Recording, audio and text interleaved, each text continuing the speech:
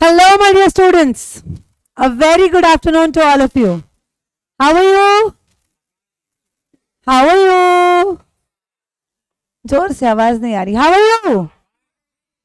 That's nice. That's nice. You know, जैसे कि मैंने आपको बोला कि मैं सोनू शर्मा की बहुत बड़ी फैन हूं. उनका एक डायलॉग मुझे बहुत अच्छा लगता है. सोनू शर्मा, उनका एक डायलॉग मुझे बहुत अच्छा लगता है. वो अक्सर अपने ऑडियंस को एक चीज पूछते हैं, जीने आए हो या जीतने आए हो. कम ऑन, बहुत गौर से सुनना. जीने आए हो या जीतने आए हो? बोलो, क्या करने आए हो? यस,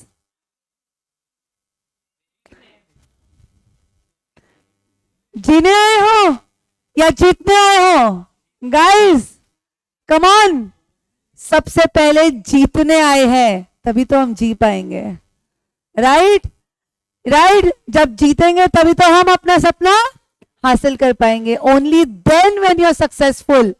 वो एक जिंदगी जीने के लिए सबसे एक चीज चाहिए, सबसे इंपॉर्टेंट. वो क्या है?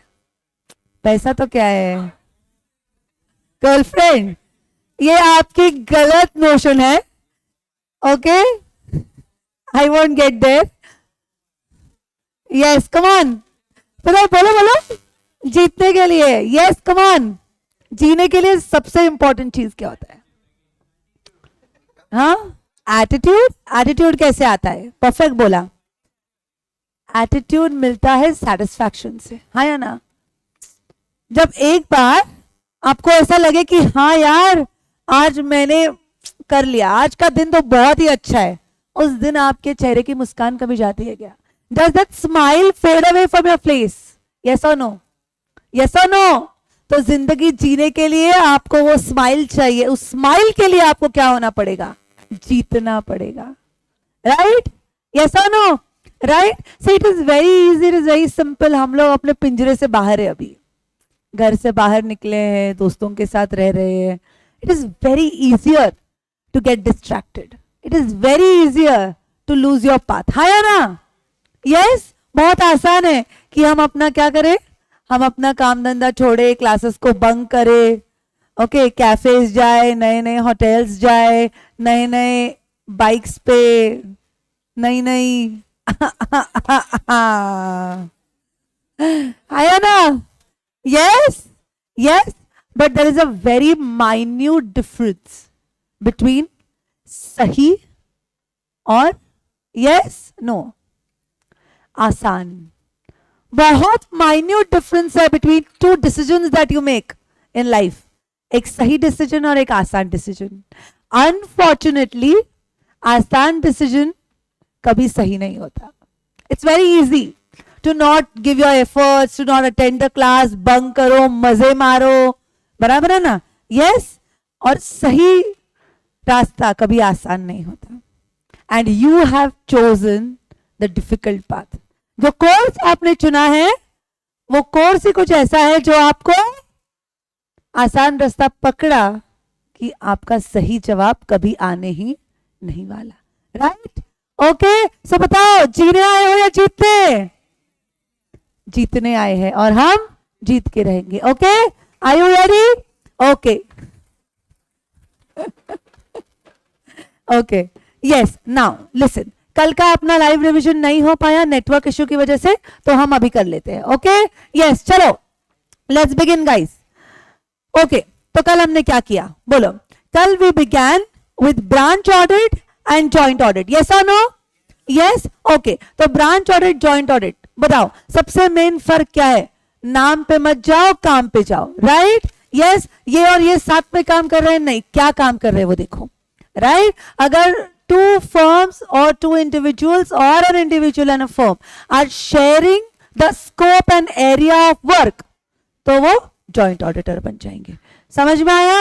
ओके. जिस पे हमने एग्जांपल्स देखे, बहुत सिंपल है. ब्रांच ऑडिट, जॉइंट ऑडिट में कुछ रिवीजन करने जैसा और कुछ खास नहीं है. यू हैव टू रिमेंबर कि क्या एडवांटेजेस है, क्या डिसएडवांटेजेस है. ओके. नेक्स्ट हमने देखा बहुत इंपॉर्टेंट सेक्शन, वो है सेक्शन 147, जो किसके बारे में बात करता है? यस. एक चार्टर्ड अकाउंटेंट के गुनाहों की बात करता है. हाँ या ना? यस, उस गुनाहों की आपको मिलने वाली सजा की बात करते हैं. Punishments for contraventions have been discussed under section 147. Yes और नो? Yes, okay. तो सेक्शन 147 क्या बोलता है? सबसे पहले तो ऑडिटर तक पहुंचने से पहले उसने किसको कवर किया है? कंपनी और ऑफिसर इन डिफॉल्ट को. कंपनी पे क्या, what is the punishment? Come on. 25,000 से 5 लाख तक. और ऑफिसर इन डिफॉल्ट 10,000 से 1 लाख तक. Right, okay. एंड इम्प्रिजनमेंट भी है, मैक्सिमम 1 ईयर. ठीक है. फिर ऑडिटर, ऑडिटर को उन्होंने कैटेगरीज में स्प्लिट किया है कि आपका फ्रॉड, आपका गुनाह क्या है, उसके हिसाब से आपको सजा मिलेगी. Okay. Then if the punishment, if the contravention is for the section 139, 144, 145 and 143. हाँ, 143 रह गया अपना. Right, yes. In that case क्या मिलेगा? क्या सजा है? Come on. 25,000 to 5 lakh or 4 times the remuneration, whichever is lower or higher. Lower or higher? Lower. Imprisonment है.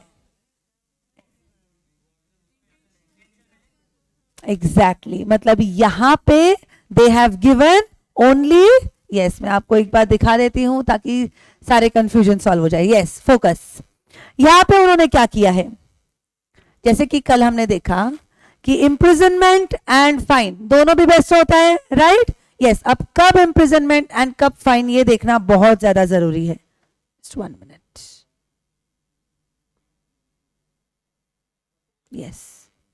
यस, ध्यान से. उन्होंने यहां पे क्या बोला है कि आपके हाथ से गलती हो गई है तो आपको फाइन है. पर अगर आपने गलती करी है, मतलब वहां पे आपका इंटेंशन है, if you have an intention to deceive बच्चों, तो वहां पे आपका फाइन एंड इम्प्रिजनमेंट दोनों रहेगा. यस. फाइन कितना? Come on. 25 lakhs और 8 times, whichever is, और imprisonment. Yes, everyone. Imprisonment is maximum 1 year, no problem. Okay. Yes, imprisonment maximum 1 year. ठीक है.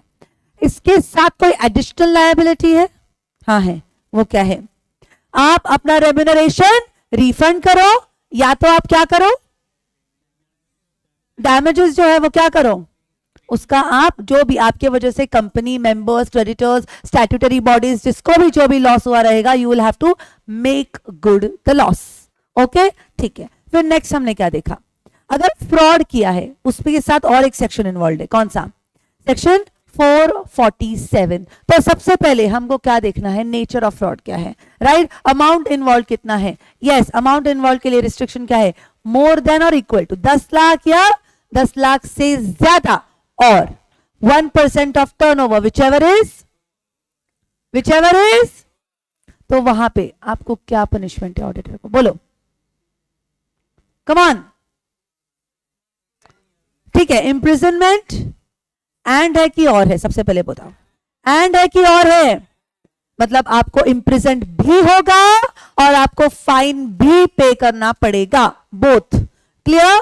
ओके. तो इम्प्रिजनमेंट बोलो 6 months टू, और अगर पब्लिक इंटरेस्ट इन्वॉल्व है तो 3 years to 10 years. ओके. और फाइन अमाउंट इन्वॉल्व और 3 times, मैक्सिमम 3 times. फिर अगर लोअर अमाउंट रहा तो fine and imprisonment both. Fine and imprisonment both? No. और आइदर फाइन, आइदर इम्प्रिजनमेंट, और बोथ भी हो सकता है. इट विल डिपेंड कि आपने कौन सा गुनाह किया है. Clear everyone? ओके. तो फाइन कितना? Come on. मैक्सिमम 20 लाख, और ये कितना? Imprisonment maximum 5 years. Clear? Okay. Yes, fine, no problem. तो ये हमने पनिशमेंट फॉर कॉन्ट्रावेंशन देखा. इसके बाद हमने देखा yes cost audit. We began with cost audit. Yes, cost audit कौन सा सेक्शन? सेक्शन 148. एंड कौन से rules? Come on. Companies cost records and audit rules 2014। सारे रूल्स 2014 साल के क्यों हैं? 2013 में एक्ट आया, एक्ट में प्रोविजंस आए, उन प्रोविजंस को कॉम्प्लाई कैसे करना है ये हमको रूल्स में बताया गया, इसे 2014 में रूल्स लेके आए। Clear? Okay, so companies cost audit, cost records and audit rules 2014। अब ये रूल्स हमको क्या बताते हैं? सबसे पहले दो चीजें बताते हैं, नाम में ही है, कॉस्ट रिकॉर्ड्स के बारे में और कॉस्ट ऑडिट के बारे में। Cost records and cost audit interlink नहीं है, दोनों के लिमिट्स अलग अलग है। तो बताओ, कॉस्ट रिकॉर्ड्स किसको मेंटेन करना है? सबसे पहले कॉस्ट रिकॉर्ड्स मेंटेन होता है फॉर्म CRA 1 में, बराबर है? ओके, अब किसको एप्लीकेबल है? Come on, classes of companies which are engaged in manufacturing and production of goods and services. Yes, आगे, includes foreign companies having total turnover of 35 crores or more. बराबर है? Yes, not applicable to. Come on. Micro and small defined under Companies Act 2013. No, as defined under MSME Act 2006. ठीक है, okay, yes. अब उसमें applicable में एक regulator sector है और रेगुलेटेड सेक्टर है, non regulated sector. Regulated sector में क्या है? DI के पेट ने GPS चलाया, DIPP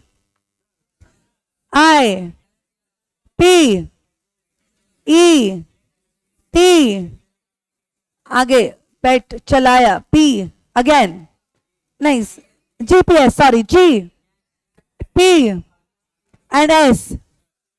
ओके, ये आया regulated sector. Non regulated sector, come on come on, A stands for triple T,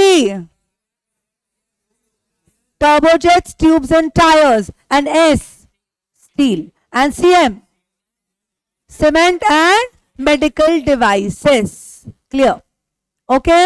Yes. तो आ गया अभी regulated sector, non regulated sector, इनको ऑडिट एप्लीकेबल है। ओके, इनके लिमिट्स है। लिमिट्स किस पे है?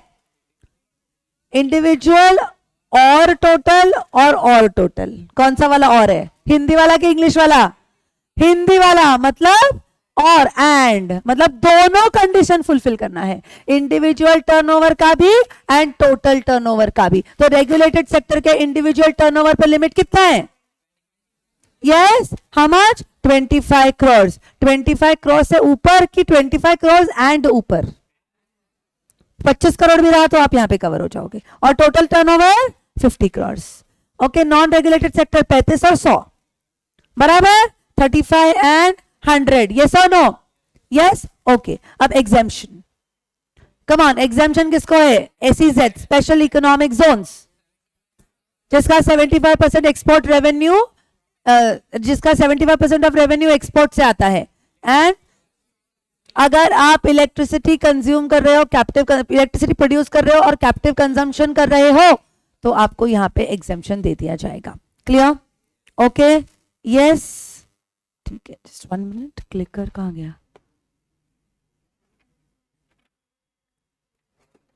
ओके, आगे। यस, अब हमने देख लिया कौन कॉस्ट रिकॉर्ड्स मेंटेन करेगा, किसको कॉस्ट ऑडिट एप्लीकेबल है। अब कॉस्ट ऑडिट एप्लीकेबल है तो आपको कॉस्ट ऑडिटर अपॉइंट करना पड़ेगा। कॉस्ट ऑडिटर कौन होना चाहिए? यस, CMA होना चाहिए। अगर CMA अवेलेबल नहीं है तो CA कर सकता है। CS कर सकता है क्या? नहीं कर सकता। क्लियर? आगे। Okay, appointment of cost auditor कौन अपॉइंट करेगा? Board of directors. रेम्यूनरेशन कौन देगा? मेंबर्स। ओके, कितने दिनों में उनको अपॉइंट करना है? 180 दिन from commencement of financial year. Okay, फिर उसके बाद क्या करना है? CG को इंटीमेट करना है। कौन से फॉर्म में? कितने दिनों में? within 30 days of board resolution or within 180 days of commencement of financial year, whichever is earlier. Okay, ठीक है। अब कॉस्ट ऑडिटर ने अपना काम किया तो उसको क्या देना पड़ेगा? Cost audit report. किसको देगा? BOD को देगा। यस, ठीक है। कौन से फॉर्म में देगा? कितने दिनों में? End of financial year. अब बोर्ड ऑफ डायरेक्टर्स को कॉस्ट ऑडिट रिपोर्ट मिल गया, वो क्या करेंगे? कौन से फॉर्म में? कितने दिनों में? If there is an extension in holding AGM, तो एक्सटेंडेड टाइम मिलेगा ऑडिटर को भी, कॉस्ट ऑडिटर को भी. Clear? This is all about cost audit. Okay, theory पढ़ के आए हो एवरीवन? किसी को कोई doubt? Come on, anybody having any doubt? Yes guys, tell मी.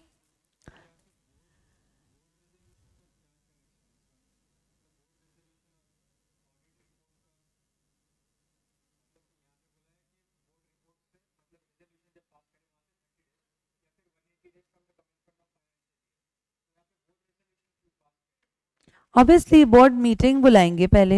अगर बोर्ड ऑफ डायरेक्टर्स को क्या करना है, उसको अपॉइंट करना है, तो बोर्ड मीटिंग तो बुलाना पड़ेगा. और कंपनी में ऐसे तू हाँ मैं हाँ बोल के थोड़ी डिसीजंस लेते हैं. जो भी डिसीजन लेते हैं वो रेजोल्यूशन में कन्वर्ट होता है.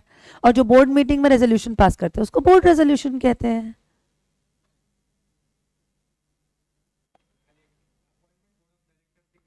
हाँ, नहीं नहीं नहीं नहीं नहीं. Okay, yes. चलो, yes. Anurag, Iram, Jay, Rishabh, yes, Krishna, Kripal, Akanksha, Manas and Vivek, Preeti, Vinay, Varun. Yes, anybody having any doubts? Yes my dear students, बोलो. Yes, somebody was saying something. I think I cut you short. No doubts? पढ़ा है सबने कॉस्ट ऑडिट का जो भी थ्योरी था याद से? यस, ओके, ठीक है. चलो चलते हैं आगे. Let's move ahead towards the last part of company audit, that is CARO. What is CARO? What is?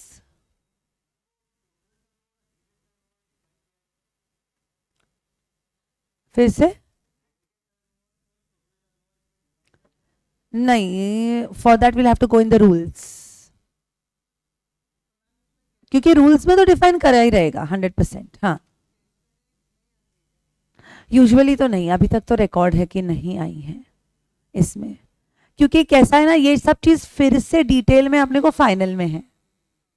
अभी जैसे हम अगर कारो भी पढ़ रहे हैं यहाँ पे, तो कारो की जो इनडेप्थनेस अभी है, आपको ऐसा लगेगा कि मैम फाइनल में हम वही पढ़ रहे हैं, बट वो उस लेवल पे आपसे जो एक्सपर्टीज एक्सपेक्ट करते हैं वो उस लेवल पे आप एक्सपेक्ट करते हैं. यहाँ पे आपको क्या है कि जो 16 मैटर्स है आपको वो पता होने चाहिए, और क्या क्या जो सिंपल पॉइंट्स है वो यहाँ पे कवर्ड है. फिर उसमें भी कुछ कॉम्प्लिकेशंस होते हैं, जैसे कि for example let me tell you, अगर हम फिक्स एसेट्स की बात करते हैं, राइट, तो फिक्स एसेट्स में कितनी सारी चीजें होती है, depreciation, revaluation, impairment of assets, right. आप सोचोगे मैम ये शब्द क्या है, इम्पेयरमेंट वगैरह तो हमने सुना ही नहीं. वो आप लोग अभी पढ़ोगे उसके standard, right. You will get to know the standard in your group 2 के अकाउंट्स में, राइट. फिर उसके बाद इसको आपको अप्लाई करना है सीए फाइनल में, फिर से कारो पढ़ोगे तब. Do you understand? ये so it's a stepwise process, इसलिए उन्होंने अभी इतना ही इंट्रोड्यूस किया है अपने इंटर में.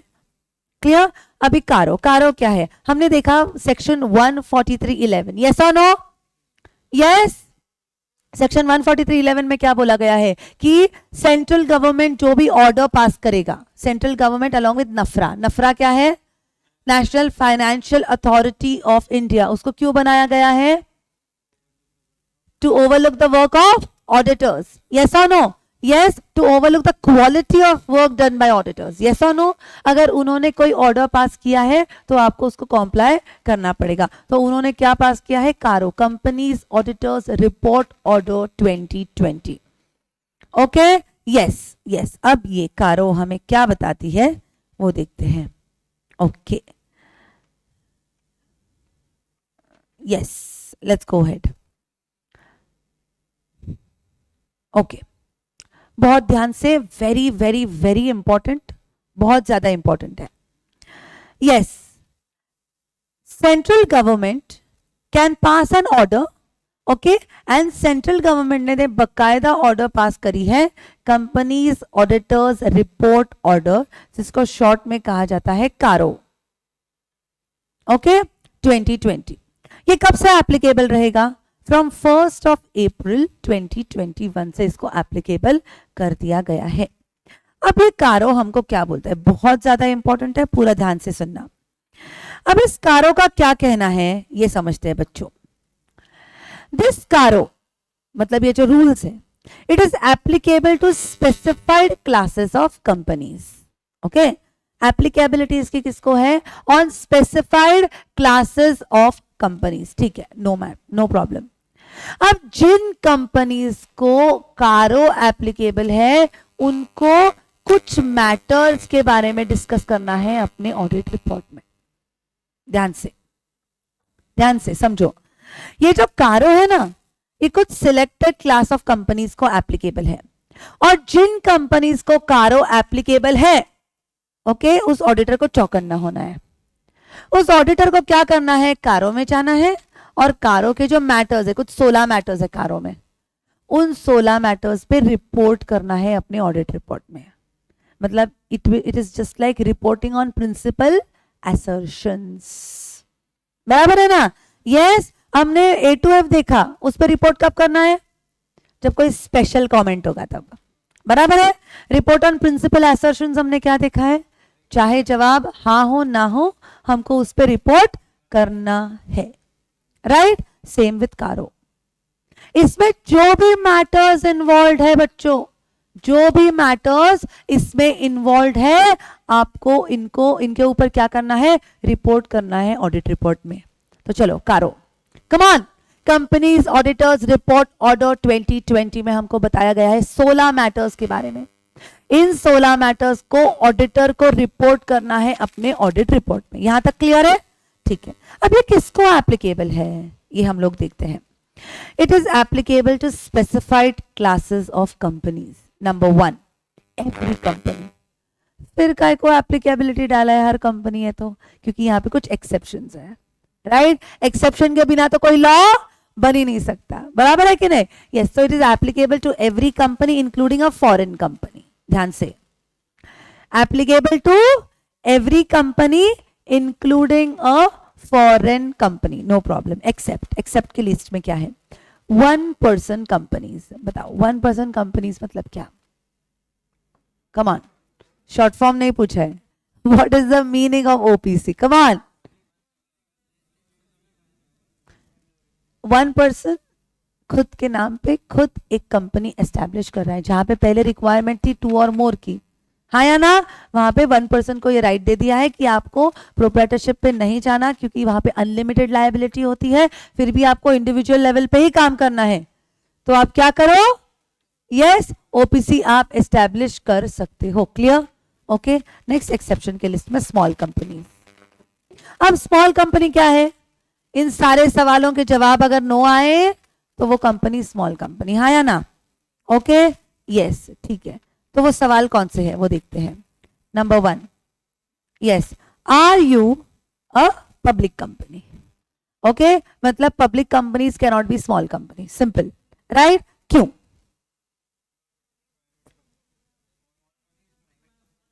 पब्लिक कंपनी को पब्लिक क्यों कहा जाता है? क्योंकि वो पब्लिक से पैसा ले रहा है।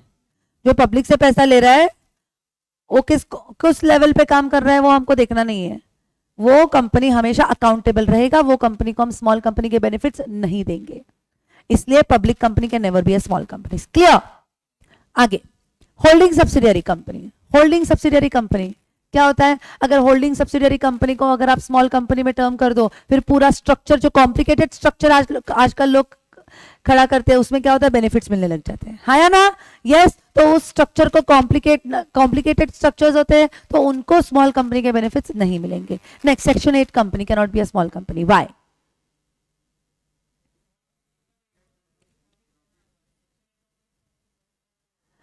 सी, हम ऐसा नहीं बोल सकते। हाँ, कहीं ना कहीं लॉजिकली अगर आप बात करो, practically business point of view से बात करो, तो आप जो बोल रहे हो प्रॉफिट मोटिव वो करेक्ट है। बट क्या होता है ना, when you are a section 8 company, when you are a non profit company, that means you are functioning as an NGO, that means तुम्हारे पास फंड्स कहां से आ रहे हैं? डोनेशंस, आप लोगों से लेके आ रहे हो, हाँ ना? आप चैरिटी फंक्शंस कर रहे हो, चैरिटी समझ के लोग पैसे आपको दे रहे हैं। राइट? और अगर आप वो पैसे चैरिटी की जगह पे अगर आप उसका मनी लॉन्ड्रिंग करो तो पॉसिबिलिटी है। यस, आप टेररिस्ट एक्टिविटी को फाइनेंस कर सकते हो? हाँ, बराबर है कि नहीं? यस, बराबर है। तो ये ना हो, इसलिए उनको स्मॉल कंपनी के रडार से निकाल दिया गया है, क्योंकि स्मॉल कंपनी को बहुत सारे बेनिफिट्स होते हैं। Understanding? Everything is logical. Law जितना लॉजिकल और कुछ है ही नहीं। आगे, next, are you established under special act? Special act में एस्टैब्लिश करते हैं मतलब क्या होता है? LIC के जैसा, बराबर है कि नहीं? उसके लिए वो स्पेसिफिक एक्ट एप्लीकेबल है. आप यहाँ पे स्मॉल कंपनी के बेनिफिट्स भी दोगे, फिर अगर एक्ट बोलता है कि नहीं नहीं आप ये कॉम्प्लाई करो, तो कंपनी क्या बोलेगी? छुप जाएगी कोने में, मैं तो स्मॉल कंपनी हूं. Right? Then what is the purpose of establishing a special act? हाँ या ना? उसका इंटेंशन रिसीव हो जाता है. राइट? सो यहाँ पे उनको क्या कहा गया है कि अगर आप स्पेशल एक्ट में एस्टैब्लिश्ड हो तो आप स्मॉल कंपनी नहीं बन सकते.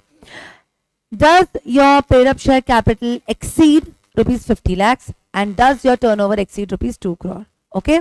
अगर जवाब नो रहा then you will be termed as a small company. Clear everyone?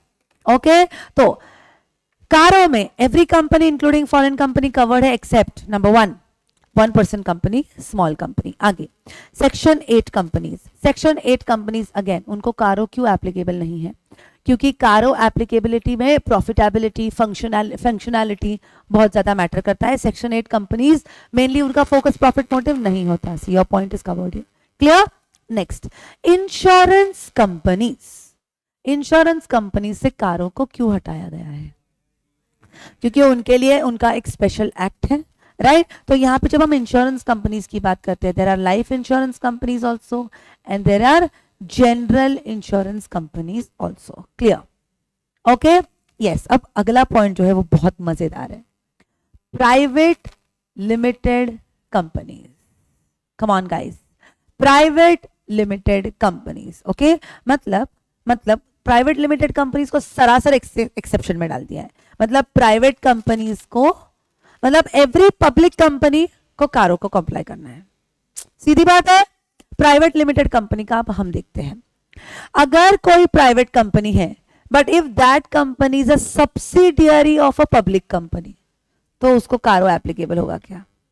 ध्यान से. A company which is a subsidiary of public company, उसको कारो एप्लीकेबल होगा क्या? क्योंकि the moment you are a subsidiary of public company, you will be treated as a public company, और public company को कारो एप्लीकेबल है, इसलिए आप एक्सेप्शन से हट गए. In the same way, if you are a holding company of public company, तो क्या आपको कारो एप्लीकेबल होगा? Yes, आपको कारो एप्लीकेबल होगा. Okay, I'll take you to another slide. Next, if you are a private unlimited company, चलो, if you are a private unlimited company बच्चों, तो कारो एप्लीकेबल होगा क्या? सोच के. No, not applicable. एक्सेप्शन की लिस्ट में कौन सी कंपनीज है? Private limited companies. There are unlimited companies also. तो क्या वो एक्सेप्शन में कवर हो रहे हैं? तो क्या उनको कारो एप्लीकेबल है? एप्लीकेबल. क्लियर बच्चों? Next, there is a private company which is a subsidiary और holding company of public company. चलो, कारो एप्लीकेबल? एप्लीकेबल. ठीक है. फिर अगर ऐसी कोई कंपनी है, ध्यान से, अगर ऐसी कोई कंपनी है which is not a subsidiary और holding company of public company, मतलब जो प्योरली प्राइवेट लिमिटेड कंपनी है, उनके लिए 3 कंडीशंस दी गई है. उनके लिए 3 कंडीशंस दी गई है. अगर आप ध्यान से तीनों कंडीशंस कॉम्प्लाई करते हो, मैंने क्या बोला? तीनों conditions. If all 3 conditions you comply, only then आप एक्सेप्शन के लिस्ट में बैठोगे और आपको कारो नॉट एप्लीकेबल रहेगा. ओके? समझ में आया? ओके, वो 3 कंडीशंस क्या है मैं बाद में लेके आती हूँ. Let's finish the list. Okay? तो एक्सेप्शन के लिस्ट में सबसे पहले है 1 person companies, small companies, section 8 companies, insurance companies, private limited companies. अब नेक्स्ट है बैंकिंग कंपनीज. मतलब बैंक्स को कारो एप्लीकेबल है या नहीं है? ध्यान से जवाब देना.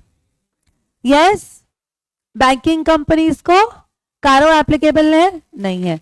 मतलब बैंक्स के लिए कारो नॉट एप्लीकेबल. ध्यान से, बहुत इंपॉर्टेंट है, बहुत इंपॉर्टेंट. आगे कम ऑन.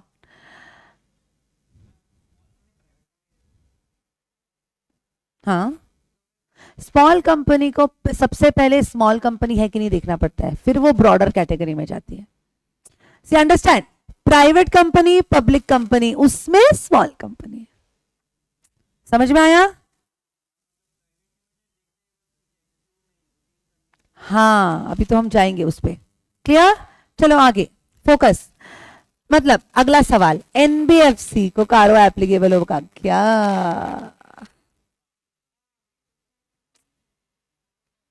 बोलो। कारो एप्लीकेबल हो जाएगा because they are not banking companies, right? Yes. आगे, foreign banks, come on, better way में, foreign banking companies applicable, applicable, applicable, not applicable, क्योंकि उन्होंने स्पेसिफिकली बोला है कि बैंकिंग कंपनी को ही एक्सक्लूड कर दिया है, फिर चाहे वो इंडियन हो चाहे वो फॉरेन हो। तो स्मॉल कंपनी अगर फॉरेन कंपनी होगा तो उसको इंक्लूड करेंगे? मेरे सवाल का जवाब दे। स्मॉल कंपनी अगर फॉरेन कंपनी रहा तो उसको इंक्लूड करेंगे, यहां से निकाल देंगे एक्सक्लूजन के लिस्ट में से।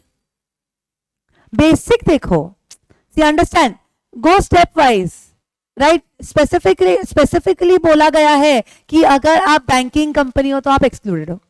फिर बैंकिंग कंपनी इंडियन भी हो सकता है, फॉरेन भी हो सकता है, दोनों की दोनों एक्सक्लूडेड। उन्होंने शब्द यहां पे अगर इंडियन बैंकिंग कंपनीज बोला होता तो दो banking companies registered in India, वो कवर हो जाते हैं। बट जब वो बैंकिंग कंपनीज बोलते हैं तो उनके रडार में कौन आ जाता है? इंडियन, जो इंडिया में रजिस्टर्ड है और जो आउट ऑफ इंडिया रजिस्टर्ड है, दोनों। समझ में आया एवरीवन? ओके, तो banking, foreign banking companies are also excluded. Okay, मतलब उनको भी कारो एप्लीकेबल नहीं है। ठीक है, अब मानो कि मैं एक एचडीएफसी लिमिटेड ऑर्गेनाइजेशन रन कर रही हूं। 11 महीने मैंने एचडीएफसी लिमिटेड मतलब ऑर्गेनाइजेशन के तौर पे रन किया, फिर मैंने बैंकिंग का लाइसेंस लिया आरबीआई से, और मार्च के महीने में I have turn my self into a bank. अब मुझे कारो एप्लीकेबल होगा क्या? सोचो। पहले मैं एज एन इंस्टीट्यूशन कंपनी काम कर रही थी, I was establish at HDFC limited NBFC के तौर पे, तो उसको तो कारो एप्लीकेबल था।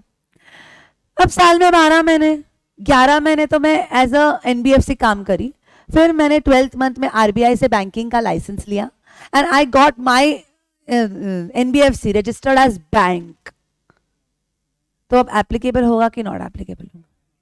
हमको मार्च में उसका स्टेटस देखना है। ईयर एंड कब होता है? मार्च में। तो हम उसका स्टेटस मार्च में देखेंगे कि आपका क्या है, आप एनबीएफसी हो, बैंक हो, आप कौन से प्रकार की कंपनी हो, तो जो भी वो स्टेटस तब रहेगा उसके हिसाब से हम एप्लीकेबिलिटी ऑफ कारो डिसाइड करेंगे। क्लियर? हाँ हाँ, ऐसा नहीं होता है। ऑडिट रिपोर्ट कितनी बार बनता है? साल भर के ऑडिटर हर महीना बनाते बैठेगा क्या? एक ही बार बनता है ना, बराबर है, right? Okay, yes.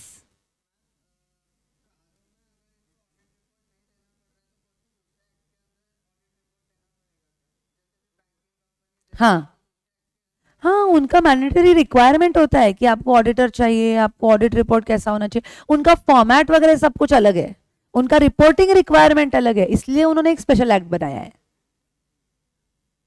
Clear? Okay, are you good to go ahead? Come on. तो आगे, कंसोलिडेटेड फाइनेंशियल स्टेटमेंट्स को कारो एप्लीकेबल नहीं है। कंसोलिडेटेड फाइनेंशियल स्टेटमेंट्स मतलब क्या? यस, होल्डिंग सब्सिडियरी है, उनको हम एक साथ बनाते हैं, तब उसको कंसोलिडेटेड फाइनेंशियल स्टेटमेंट्स कहा जाता है। ब्रांच वगैरह को कंसोलिडेटेड फाइनेंशियल स्टेटमेंट्स नहीं कहा जाता, because branch is not considered as a separate company, it is internal part of the organisation. जैसे कि for example I am a auditor और मैं एज पीयूषा मैम ऑडिट करने जाती हूँ और मेरे ऑर्गेनाइजेशन के 10 ब्रांच है, तो क्या 10 ब्रांच और एक एचओ 11 माने जाएंगे ऑडिट्स? एक ही ऑडिट माना जाएगा। इसलिए कभी भी ये गलती मत करना, ब्रांच और एचओ को कभी कंसोलिडेशन नहीं माना जाता। होल्डिंग एंड सब्सिडियरी कंपनी का हम जब एक साथ कंसोलिडेशन करते हैं तो उसको कंसोलिडेटेड फाइनेंशियल स्टेटमेंट्स कहा जाता है। Clear? Okay, yes, come on once again. So we are speaking of CARO 2020। CARO 2020 is applicable to a specified classes of companies. जिनको भी ये एप्लीकेबल है उनके ऑडिटर को अपने ऑडिट रिपोर्ट में कुछ स्पेशल मैटर्स पे रिपोर्ट करना पड़ता है। अब एप्लीकेबिलिटी देखने जाए तो हर कंपनी इंक्लूडिंग फॉरेन कंपनी को कैरो एप्लीकेबल है except number 1% companies, number 2 small companies, number 3 section 8 companies, number 4 insurance companies, then private limited companies. But रुको, प्राइवेट लिमिटेड कंपनीज के लिए अगर फिर से 3 कंडीशंस हैं, अगर आप सारे 3 कंडीशंस को अप्लाई करते हो तो आपको कारो नॉट एप्लीकेबल, नहीं तो आप कारो के रडार में आ जाओगे। Clear? Okay, then next banking companies and consolidated financial statements. Clear? Yes, okay. अब हम जो पॉइंट अपना बाकी है किसका, प्राइवेट लिमिटेड कंपनीज का, वो पूरा की पूरा पॉइंट अच्छे से देख लेते हैं। ओके, कौन से 3 कंडीशंस? सबसे पहला condition, paid up share capital and reserves and surplus. Come on guys, हाँ, ये तीनों कंडीशन से पहले चलो मैं एक स्मॉल टेस्ट लेना चाहूंगी आप लोगों का, देखते हैं आप लोगों को ये पॉइंट समझ में आया कि नहीं। प्राइवेट लिमिटेड कंपनी का, मानो कि एक कंपनी है जिसकी होल्डिंग कंपनी पब्लिक कंपनी है, subsidiary company subsidiary company private है। Once again, holding company public company, subsidiary company private company, CARO applicable not applicable? It will be treated as public company, CARO applicable. अगर holding company private है और subsidiary company public है, treated as public company, CARO will be applicable. अगर दोनों private है, नहीं, गलत, रुको, चेक 3 कंडीशंस, ऑल 3 कंडीशंस कॉम्प्लाइड, कारो नॉट एप्लीकेबल। एक भी कंडीशन कॉम्प्लाई किया, कारो एप्लीकेबल। क्लियर? 100%। ओके, अब तीनों कंडीशन क्या है? Number 1, paid up share capital plus reserves and surplus, इसको क्या कहा जाता है? Share holders funds. Correct, share holders funds if less than और इक्वल टू 1 करोड़, मतलब 1 करोड़ तक चलेगा। अगर 1 करोड़ से ज्यादा हुआ तो आप कारो एप्लीकेबल हो जाएगा। समझ में आया क्या? यस, ओके, ठीक है। अब paid up share capital, reserves and surplus, reserves तो चेंज होते रहते हैं अपने एडजस्टमेंट्स के हिसाब से, तो पूरे साल का देखना है कि on the end of the year, on 31st March of current, एक मिनट, कुछ गड़बड़ी है यहाँ पे लिखने में, एक minute, as on current year होना चाहिए, FY होना चाहिए, current financial year. Okay, PY गलती से टाइप हो गया। Clear everyone? Okay, yes, focus, shareholders funds less than और equal to 1 crore as on 31st March of the current financial year. अब जब हम इक्विटी शेयर कैपिटल की जब हम पेड अप शेयर कैपिटल की बात करते हैं तो there are different components in paid up share capital, yes और no? Number 1, equity share capital. तो हम जब पेड अप शेयर कैपिटल का टोटल लेंगे तो क्या उसमें इक्विटी शेयर कैपिटल कंसीडर करेंगे? यस, हम इसको कंसीडर करेंगे। मैं कलर चेंज कर देती हूँ। यस, हम इसको कंसीडर करेंगे। क्या हम प्रेफरेंस शेयर कैपिटल को कंसीडर करेंगे? करेंगे। क्या हम बोनस शेयर्स को कंसीडर करेंगे? या कंपनी ने बोनस शेयर्स इशू किया है, is it a part of capital? Yes, तो हम उसको कंसीडर करेंगे। Right shares, what are right shares?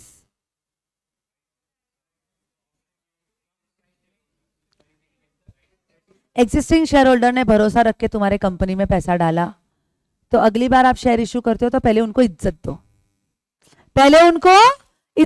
उनको राइट दो कि भाई तूने पहली बार भरोसा किया है, अगली बार भी तेरे को शेयर लेना है, क्या लेना है तो इतने दिनों में ले ले, नहीं तो फिर हम बाहर वालों को देंगे। समझ में आया? That is right share. So it is a right of the existing shareholders to be looked upon by the company, so it's known as right shares. Clear? Yes, okay.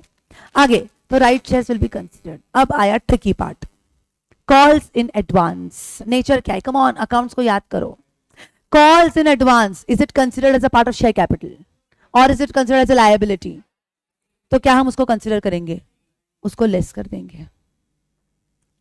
yes, calls in arrears, sorry, उसको less नहीं करेंगे, उसको consider हुआ ही नहीं है ना, वो party नहीं है, तो हम उसको इग्नोर कर देंगे। एक minute,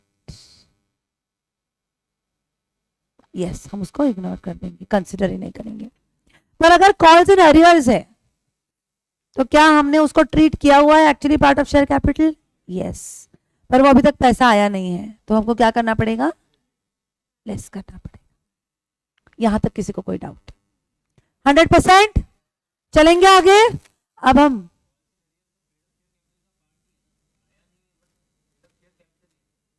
yes it is, but हमको स्पेसिफिकली उसको कंसिडर नहीं करना है because it is in arrears.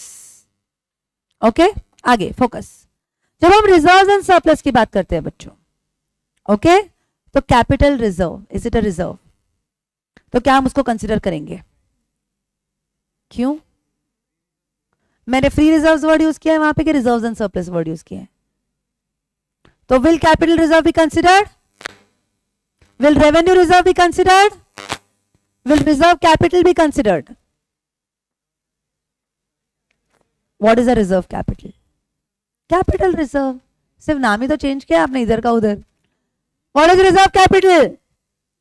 Capital which is reserved at the time of for the liquidation of the company. याद आया क्या कुछ? याद आया क्या कुछ? यस, कैपिटल रिजर्व मतलब कैपिटल प्रॉफिट्स जाते हैं, बट रिजर्व कैपिटल मतलब कैपिटल जो रिजर्व्ड है which is to be used at the time of liquidation. बराबर है?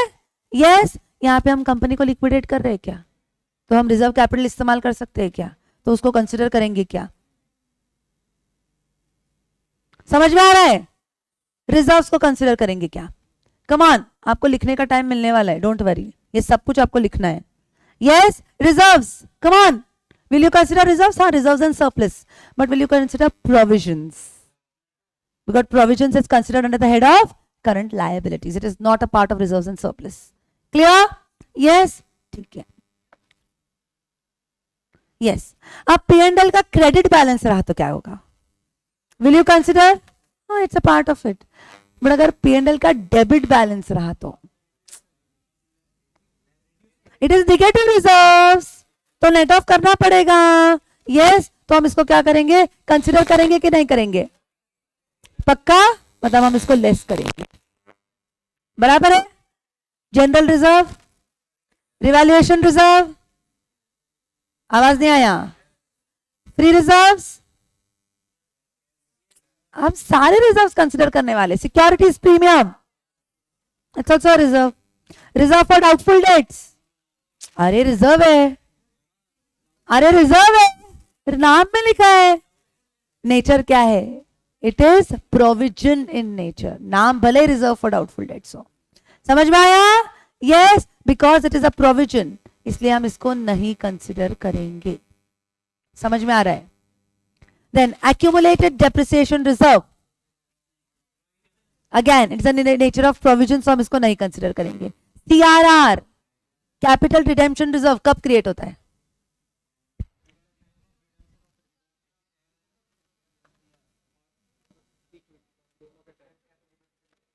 यस, तो CRR कंसिडर होगा क्या? Is it in the nature of reserve? Yes और नो? सेम विथ डिप्रेशन नहीं, sorry, debenture redemption reserve. Concept clear? 100%? पक्का? Okay, ठीक है। अब मैं एक क्वेश्चन लिखती हूँ, ओके, उसका जवाब आपको देना है। रेडी? देखते हैं आपके अकाउंट्स के कॉन्सेप्ट्स कितने क्लियर है। ये है बैलेंस शीट, मुझे कुछ भी बोलो, वर्टिकल फॉर्म ही अच्छा लगता है तो मैं वर्टिकल फॉर्म में ही लिखूंगी। Are you ready? यस, यहां पे एसेट साइड में P&L है, अकाउंट में 150 रुपए। फिर रिजर्व्स एंड सरप्लस में जनरल रिजर्व का बैलेंस है 100, और यहां पे मैं बोलती हूँ CRR है 50। What would be the balance of reserves and surplus? मुझे ना सोच के जवाब दो। Come on, nil, nil, net of 100%? जवाब गलत है, जवाब गलत है। मैं जो लिख रही हूं आपको करेक्ट लगता है तो देखना, बट शांति से देखो मैं क्या लिख रही हूं स्क्रीन पे। ये है मेरा बैलेंस शीट, ओके। अब यहां पे एक्चुअली फ्री रिजर्व है मेरा 100 और निगेटिव रिजर्व है मेरा 150, बराबर है। मतलब अब मैं 150 को CRR के साथ एडजस्ट कर सकती हूं क्या? Is capital redemption reserve a free reserve? So can I adjust this 150 with CRR? No? हाँ, मतलब मेरा 150 निगेटिव बैलेंस में से मेरा सिर्फ 100 एडजस्ट हुआ है, मतलब अभी तक P&L का डेबिट बैलेंस है 50, बराबर है, और CRR आएगा 50, मतलब what is the balance of my reserves and surplus? 50. 50 और नील? 50. Clear everyone? Yes, okay, yes. So come on, अब तक हम क्या देख रहे हैं? Applicability of CARO. उसमें हमने प्राइवेट लिमिटेड कंपनीज के केस में क्या देखा? There are 3 conditions. अगर आप पूरे के पूरे सारे के सारे 3 कंडीशंस कंप्लाई करते हो तो आपको कारो नॉट एप्लीकेबल हो जाएगा. उसमें पहला condition, paid up share capital and reserves and surplus, yes, less than और इक्वल टू 1 crore एज ऑन 31st March ऑफ करंट फाइनेंशियल ईयर. अब हमने इसमें equity share, paid up share capital में क्या क्या कवर होगा और रिजर्व्स एंड सरप्लस में क्या क्या कवर होगा वो देखा. Clear everyone? 100%. चलेंगे अगले कंडीशन पे. यस, इसके पहले मैं कुछ क्वेश्चंस लेना चाहती हूँ. Come on, yes, let's see. Okay, situation columns बनाती हूँ. I have drafted an example actually for you, जो बहुत ही ज्यादा इंटरेस्टिंग है. ओके, यहाँ पे आपका paid up share capital, then reserves and surplus. Okay, then you have your borrowings, you have your turnover and here you have your CARO. ठीक है? Okay, yes. अब आपको मुझे बताना है कि इसको कारो एप्लीकेबल होगा या नहीं होगा. First case is AB private limited. ध्यान से. ओके, इसका पेड अप शेयर कैपिटल है 35 lakhs, रिजर्व्स एंड सरप्लस है 20 लाख, बोरोइंग्स है 1.5 crore. ओके, टर्नओवर है 1.9 crore. कारो एप्लीकेबल होगा क्या? सोच के जवाब देना. हाँ, स्टूपिड मिस्टेक्स नहीं चाहिए, not acceptable. Come on guys, even you have to answer. Situation को एनालाइज करो, दिए गए इंफॉर्मेशन को एनालाइज करो और मुझे बताओ एप्लीकेबल और नॉट एप्लीकेबल. ध्यान से. Applicable, not applicable? How many से एप्लीकेबल? Come on. एक minute. Imtiaz is saying something. Ma'am, so the remaining will be as it is and while calculating reserves. Yes, absolutely yes. जब हम reserves and surplus का balance consider करते हैं, in that case हम 50 crores consider करेंगे, whatever it is, 50 का आंकड़ा, और P&L account will be shown as debit balance only. Okay, Imtiaz? Yes. Okay. Come on, आगे. Yes, इसका जवाब चाहिए. Come on. इसका जवाब चाहिए. एप्लीकेबल की not applicable? Y?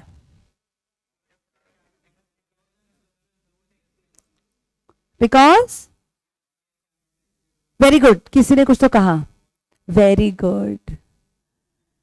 Paid up share capital 50 lakh से कम है, टर्नओवर 2 करोड़ से कम है, तो ये बन गई,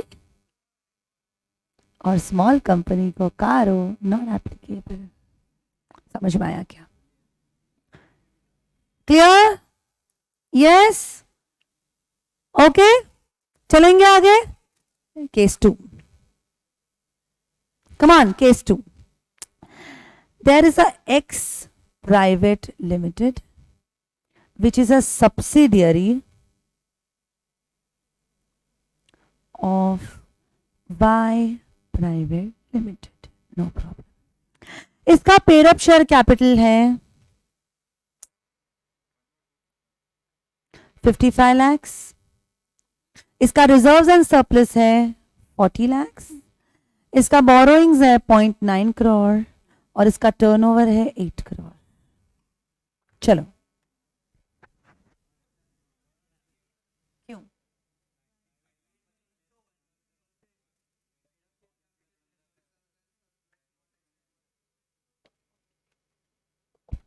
वन बाय वन. क्या ये ओपीसी है? नहीं है. क्या ये स्मॉल कंपनी है? क्योंकि paid up share capital 50 lakh से ज्यादा है ओके, टर्नओवर भी 2 करोड़ से ज्यादा है, it's not a small company. Is it a section 8 company? Is it a bank? Is it an insurance company? No, it is a private limited company. इसकी subsidiary या holding public company है क्या? नहीं. Okay, ठीक है. अब ये condition क्या बोल रहा है कि आपका paid up share capital and reserves कितने से तक होना चाहिए? 1 करोड़. बढ़िया, कितना है? अब अगर हम इन दोनों को कंसिडर करते हैं तो it is which is within the limit of 1 crore. Hence, here it is not clear. चलेंगे अगले कंडीशन, अगले सिचुएशन. चलो, situation 3. There is an X private limited which is again a subsidiary of Y limited. इसका paid up share capital 55 lakhs, reserves and surplus 40 lakhs, 0.9 crores and 8 crores. The moment it is subsidiary or a holding of a public company, नाम क्या है? Y limited. मतलब ये private limited तो नहीं है, private company तो नहीं है, पब्लिक कंपनी है, मतलब यहाँ पे कारो आपको एप्लीकेबल हो जाएगा.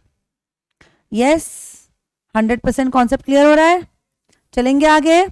Yes, example 4.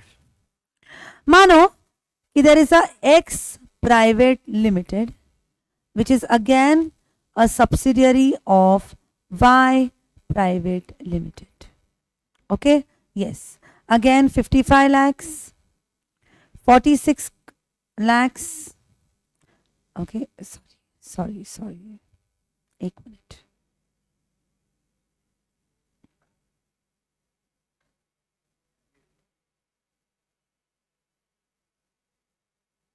एक मिनट. हाँ, सिस्टम में थोड़ा सा प्रॉब्लम है. इरेजर से मैं लिख भी नहीं सकती.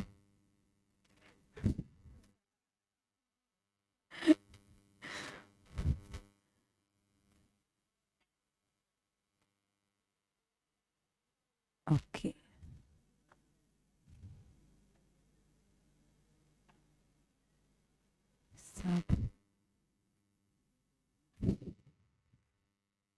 yes, 55 lakhs,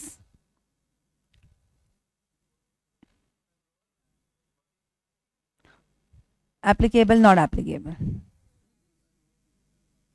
कैसे एप्लीकेबल?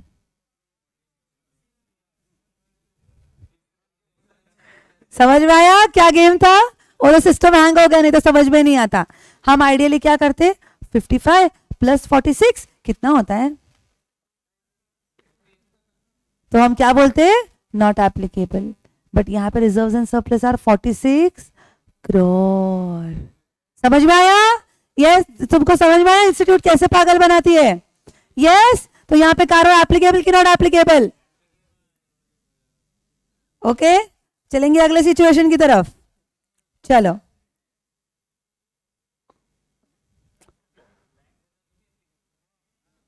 टोटल कितना होता है? ओके, सॉरी, तो मैं क्वेश्चन को थोड़ा 44 क्रॉस कर देती हूँ. क्या? तो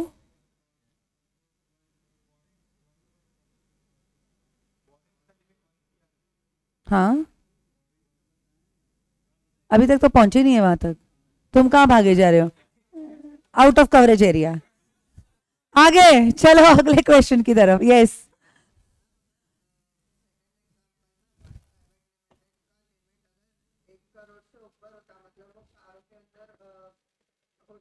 हाँ,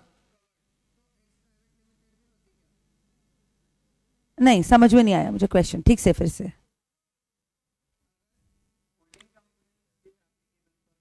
ओके, ऐसा कुछ कंपलसरी नहीं है. हर कंपनी, चाहे वो होल्डिंग हो चाहे वो सब्सिडियरी हो, क्या हर कंपनी को अपना ऑडिटर होता है? क्या हर कंपनी को अपना ऑडिटर होता है? यस, तो हम उस हर कंपनी के ऑडिटर की बात कर रहे हैं.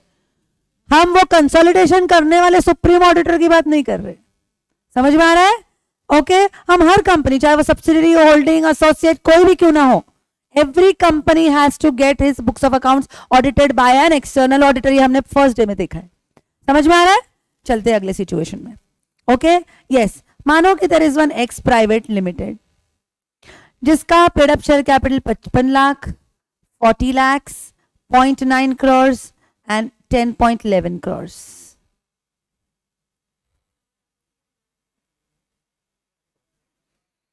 लिखा हुआ चला गया।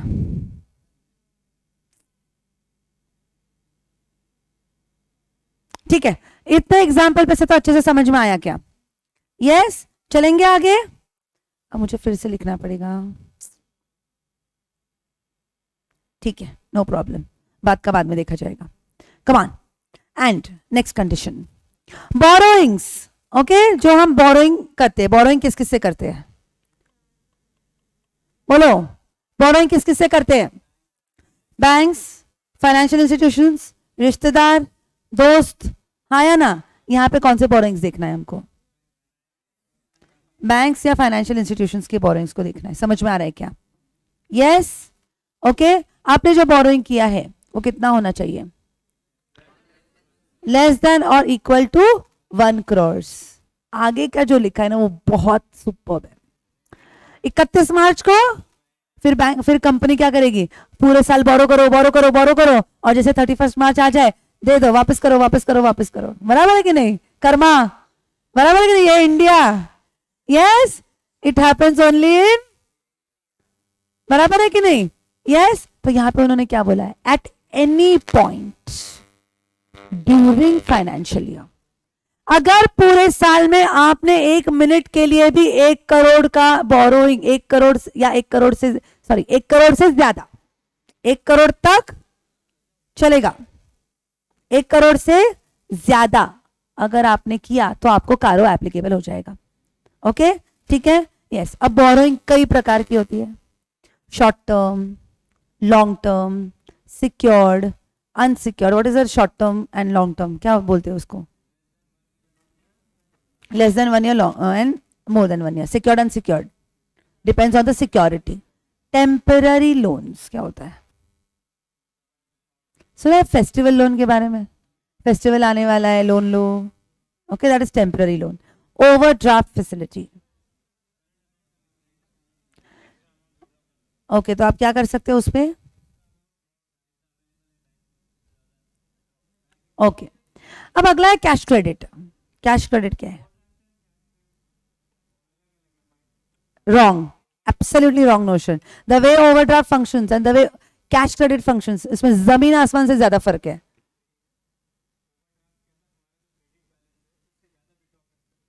पर उसमें एक लिमिट होता है, और जो आपने एक्सेस लिया वो लोन में कन्वर्ट हो जाता है। ओके, ठीक है। कैश क्रेडिट में क्या होता है?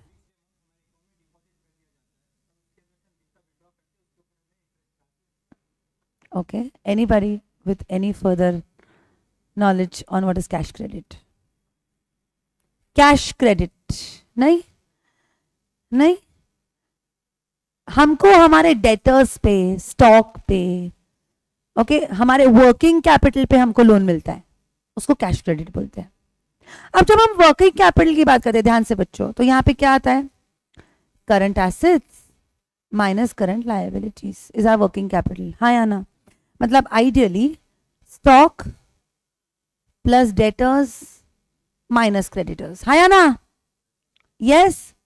ये अमाउंट क्या हमेशा परमानेंट रहता है क्या? नहीं रहता, बराबर है ना? इसके ऊपर इसको बोलते हैं वर्किंग कैपिटल।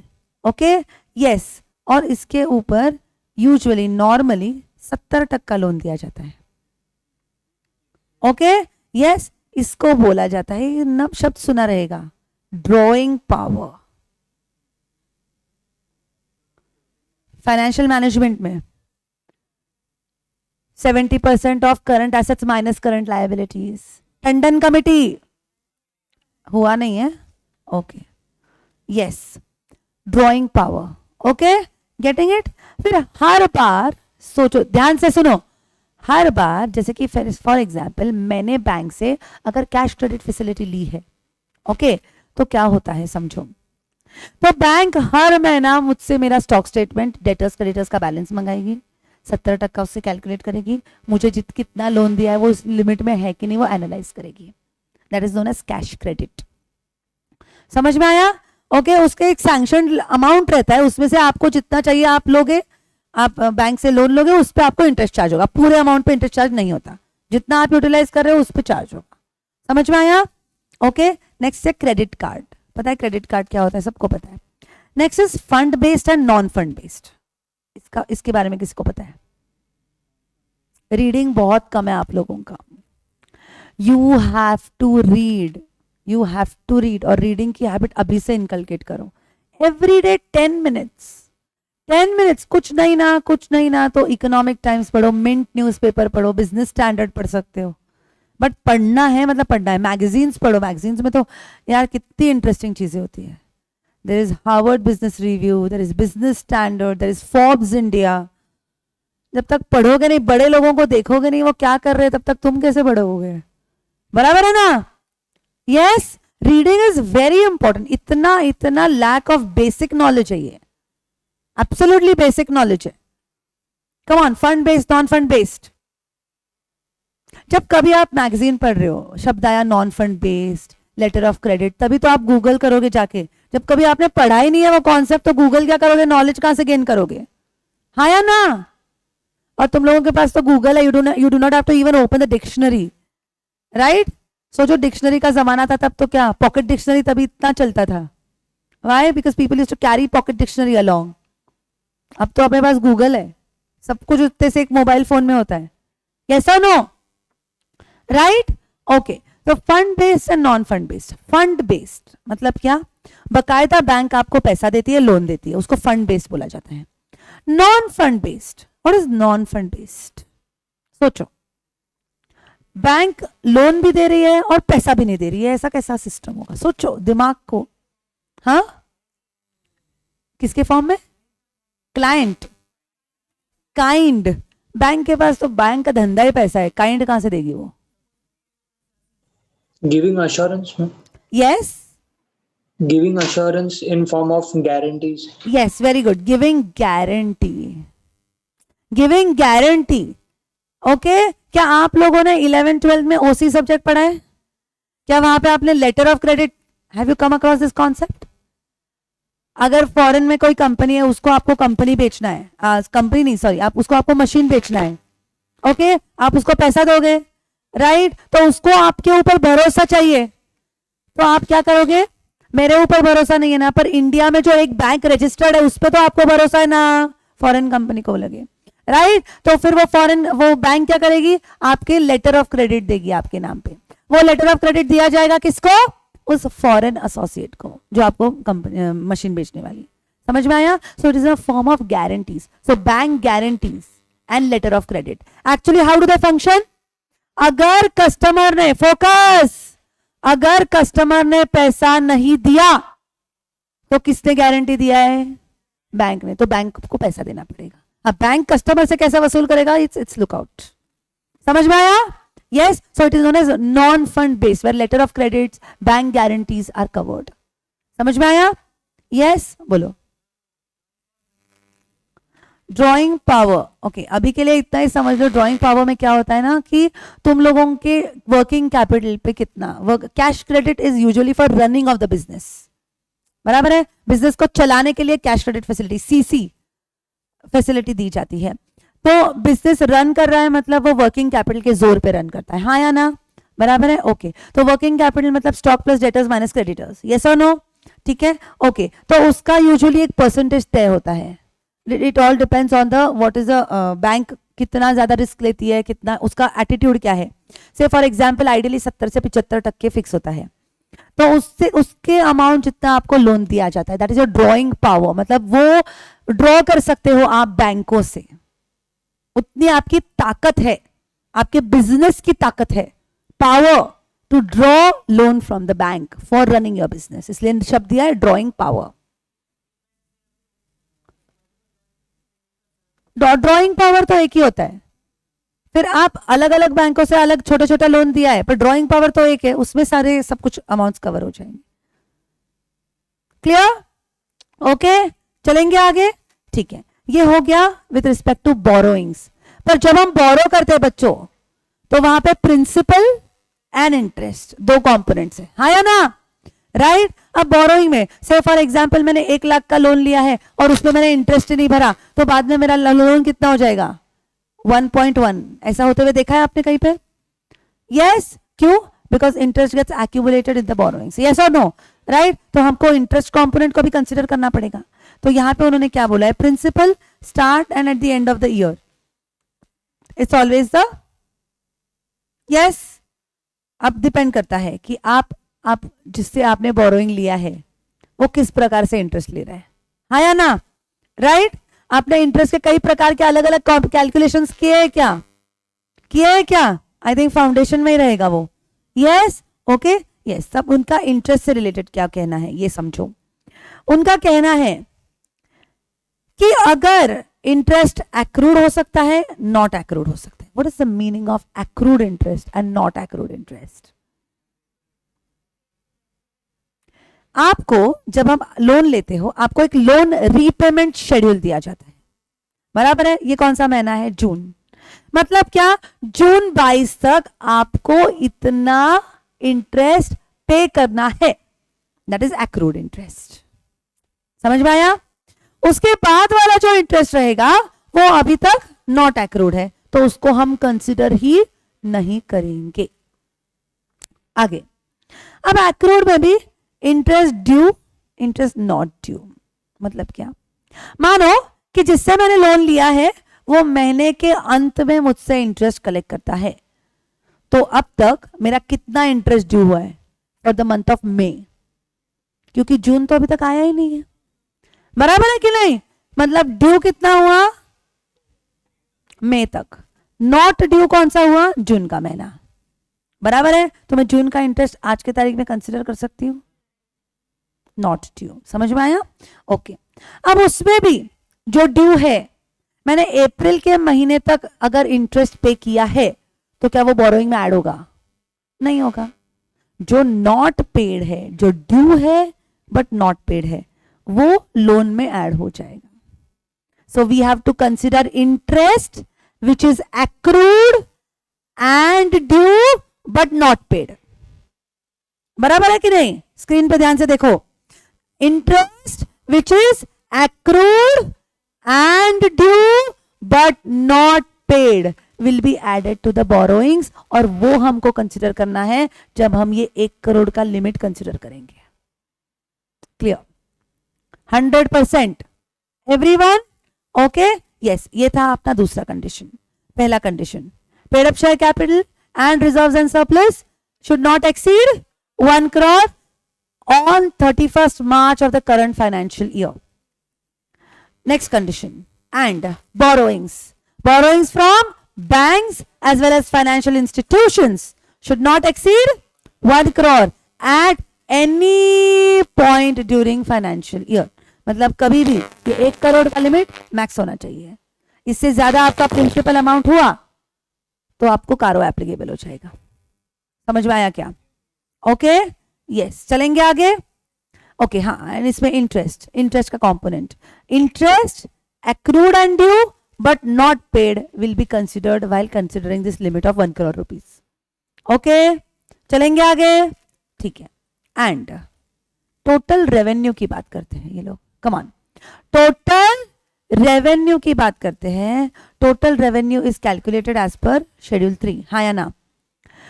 आपका टोटल रेवेन्यू अगर 10 करोड़ से ज्यादा रहा, जब हम रेवेन्यू P&L अकाउंट बनाते हैं तो वो एज ऑन पर्टिकुलर डे होता है कि फॉर द ईयर? तो जब हम टोटल रेवेन्यू की बात करेंगे बच्चों, तो वो ड्यूरिंग द ईयर होगा कि as on 31st March? During the year और 31st March? During the year. Clear? Yes. So total revenue as per schedule 3 अगर 10 करोड़ से ज्यादा तो CARO applicable during financial year. Clear? Okay yes, चलेंगे आगे। अब जब हम टोटल रेवेन्यू की बात करते हैं बच्चों, तो टोटल रेवेन्यू में रेवेन्यू फ्रॉम ऑपरेशंस भी आता है और अदर इनकम भी आता है, हाँ या ना? यस, अदर इनकम जैसे interest, rent, dividend, profit on sale of assets, this all are considered as other income, बराबर है। शब्द क्या है? Total revenue.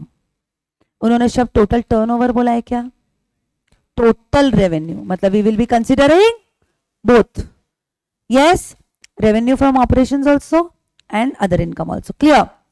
अब आगे, जब हम रेवेन्यू फ्रॉम ऑपरेशंस बोलते हैं, सेल्स की बात करते हैं, मानो मैंने 100 रुपए का आइटम बेचा और मैंने 10 रुपए का ट्रेड डिस्काउंट दिया, तो मेरा नेट सेल हुआ 90 रुपए का। इसमें तो कोई रॉकेट साइंस नहीं है। तो अब बताओ, मैं सेल्स में 100 रुपए कंसिडर करूंगी कि 90 रुपए? सोच के 90 नेट सेल्स लूंगी, बराबर है कि नहीं? ओके। अब मैंने सेल्स किया 100 रुपए का, कैश डिस्काउंट दिया 10 रुपए का, नेट सेल्स 90, नेट सेल्स लूंगी। Trade discount is not recorded in the books of account, इसलिए मैं वहां पे 90 रुपए लूंगी। But cash discount is recorded in the books of account, इसलिए टोटल सेल्स रिकॉर्ड हो जाएगा 100 रुपए, तो यहां पे मुझको 100 रुपए कंसिडर करना है as sales. Clear? 100%। Okay. Example number 3, sales मैंने किया 100 रुपए का, कमीशन मैंने चार्ज किया 10 रुपए। बोलो, सोच के जवाब दो, सोच के जवाब। कमीशन जो है वो कमीशन कैटेगरी में एक्सपेंस ट्रीट हो जाएगा, सेल्स में 100 रुपए जाएगा, इसलिए हम 100 रुपए लेंगे। ठीक है, अब आगे सेल किया 100 रुपए, जीएसटी चार्ज हुआ 18 रुपए।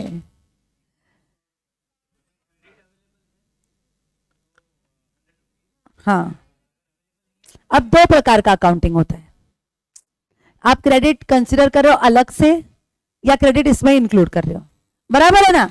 मतलब आप सेल्स ही दिखा रहे हो 118 पे, या तो आप जीएसटी का अलग अकाउंट ओपन किया और आप उसको जीएसटी को 18 रुपए जा रहा है और सेल को 100 रुपए जा रहे हैं, बराबर है ना? तो यहां पे क्या बोला गया है भाई साहब, आप कोई भी ओके इंक्लूसिव मेथड फॉलो करो या आप एक्सक्लूसिव मेथड फॉलो करो, हम जीएसटी क्रेडिट लेते हैं ना, जीएसटी का आपको बेनिफिट मिल रहा है ना, तो GST will not be considered. Costing याद है क्या? कौन सा चैप्टर?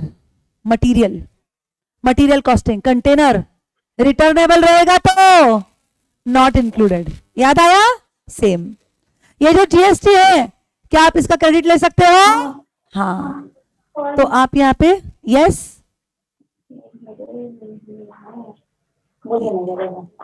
यस कोई कुछ बोल रहा है कि गलती से अनम्यूट हो गया है? कृष्णा, ओके, यहाँ पे ही लॉग इन किया है क्या? खंबा वाला बंदा है क्या वो? Hi Krishna, we are missing you in the class. आपके खंबे की बड़ी याद आ रही है आपके दोस्तों को। Yes ma'am. Hi, how are you? Fine. Class क्यों नहीं अटेंड कर रहे? मैम बीकॉम के पेपर है। बीकॉम के पेपर्स है, okay, all the best. Thanks ma'am. Okay, yes, चलो। तो इनका क्या कहना है कि आप जीएसटी से रिलेटेड इंक्लूसिव मेथड फॉलो करते हो या एक्सक्लूसिव मेथड फॉलो करते हो, फर्क नहीं पड़ता, हम 100 रुपीज को ही टर्नओवर का पार्ट मानेंगे। समझ में आया? ओके। अब अगला एग्जाम्पल बहुत मस्त है। मानो कि एक फाइनेंशियल ईयर था, financial year 1 and financial year 2। अब फाइनेंशियल ईयर 1 में क्या हुआ? क्या हुआ? अब फाइनेंशियल ईयर 1 में क्या हुआ था ना बच्चों, एक्चुअली ये जो 2 करोड़ है ना, 2 करोड़ का टर्नओवर, ध्यान से, 2 करोड़ का टर्नओवर एक्चुअली फाइनेंशियल ईयर 1 का था।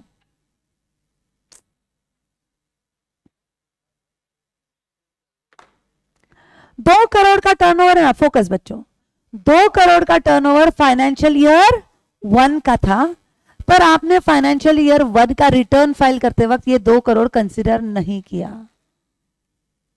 2 करोड़ कंसिडर नहीं किया। अब आपको कंसिडर कब करना है इसको? आपने फाइनेंशियल ईयर 2 का क्या रिकॉर्ड करते वक्त,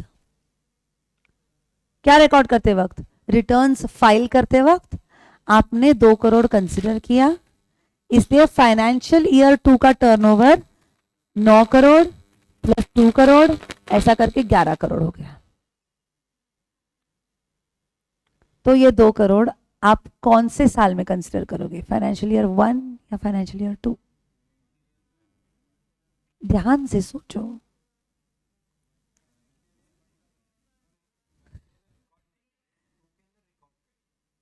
रिटर्न फाइल्स की मैं बात कर रही हूँ, रिटर्न में फाइलिंग की बात कर रही हूँ। हाँ, तो वो है ही ना, वो तो हो ही गया है। It is actually a turnover of financial year 1, but जब आप फाइनेंशियल ईयर 2 के रिटर्न्स फाइल कर रहे थे तब आपने पिछली बार का जो पाप थे वो धो रहे हो गंगा में डुबकी लगा के। समझ में आया? यस, आगे ज्यादा पेनल्टी ना हो इसलिए वो पिछले साल का टर्नओवर आप इस साल में दिखा रहे हो और बोल रहे हो कि भूल चूक माफ कर भाई, ये ले टैक्स और खुश रहे। समझ में आया? यस, तो ये 2 करोड़ का टर्नओवर आप कौन से साल का कंसिडर करोगे? रेवेन्यू जो है वो कौन से साल का? It will always be considered as first year, because second year में कंसिडरेशन इन्वॉल्व है क्या? It is without consideration, just for the sake of return filing, so it will be considered as a turnover of first year. Interesting है? So what are the 3 conditions? Come on. Paid up share capital reserves and surplus not exceed 1 crore on 31st March of current year, previous year, current year. Then borrowings should not exceed at any point of time. Borrowings किसके किसके लेने हैं? Banks and financial institutions. Next, total revenue should not exceed 10 crore during financial year. सारे तीनों condition fulfil हुए तो आपको कारो एप्लीकेबल नहीं है। अगर इनमें से एक भी कंडीशन फुलफिल नहीं हुआ तो कारो एप्लीकेबल हो जाएगा। क्लियर? Okay, yes. अब चलते हैं कारो की थ्योरी पे। चलो, ये तो हो गया एप्लीकेबिलिटी की बात। Okay, yes, come on.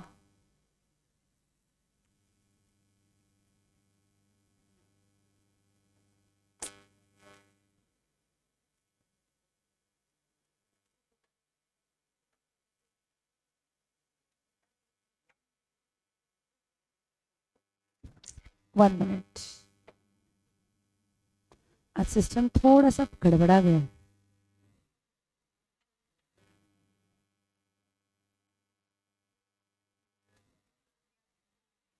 Yes,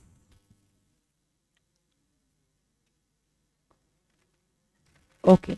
अब एप्लीकेबिलिटी को मैं फिर से नहीं पढ़ने वाली, will directly go to the matters. Are you ready? Okay, first matter, fixed assets.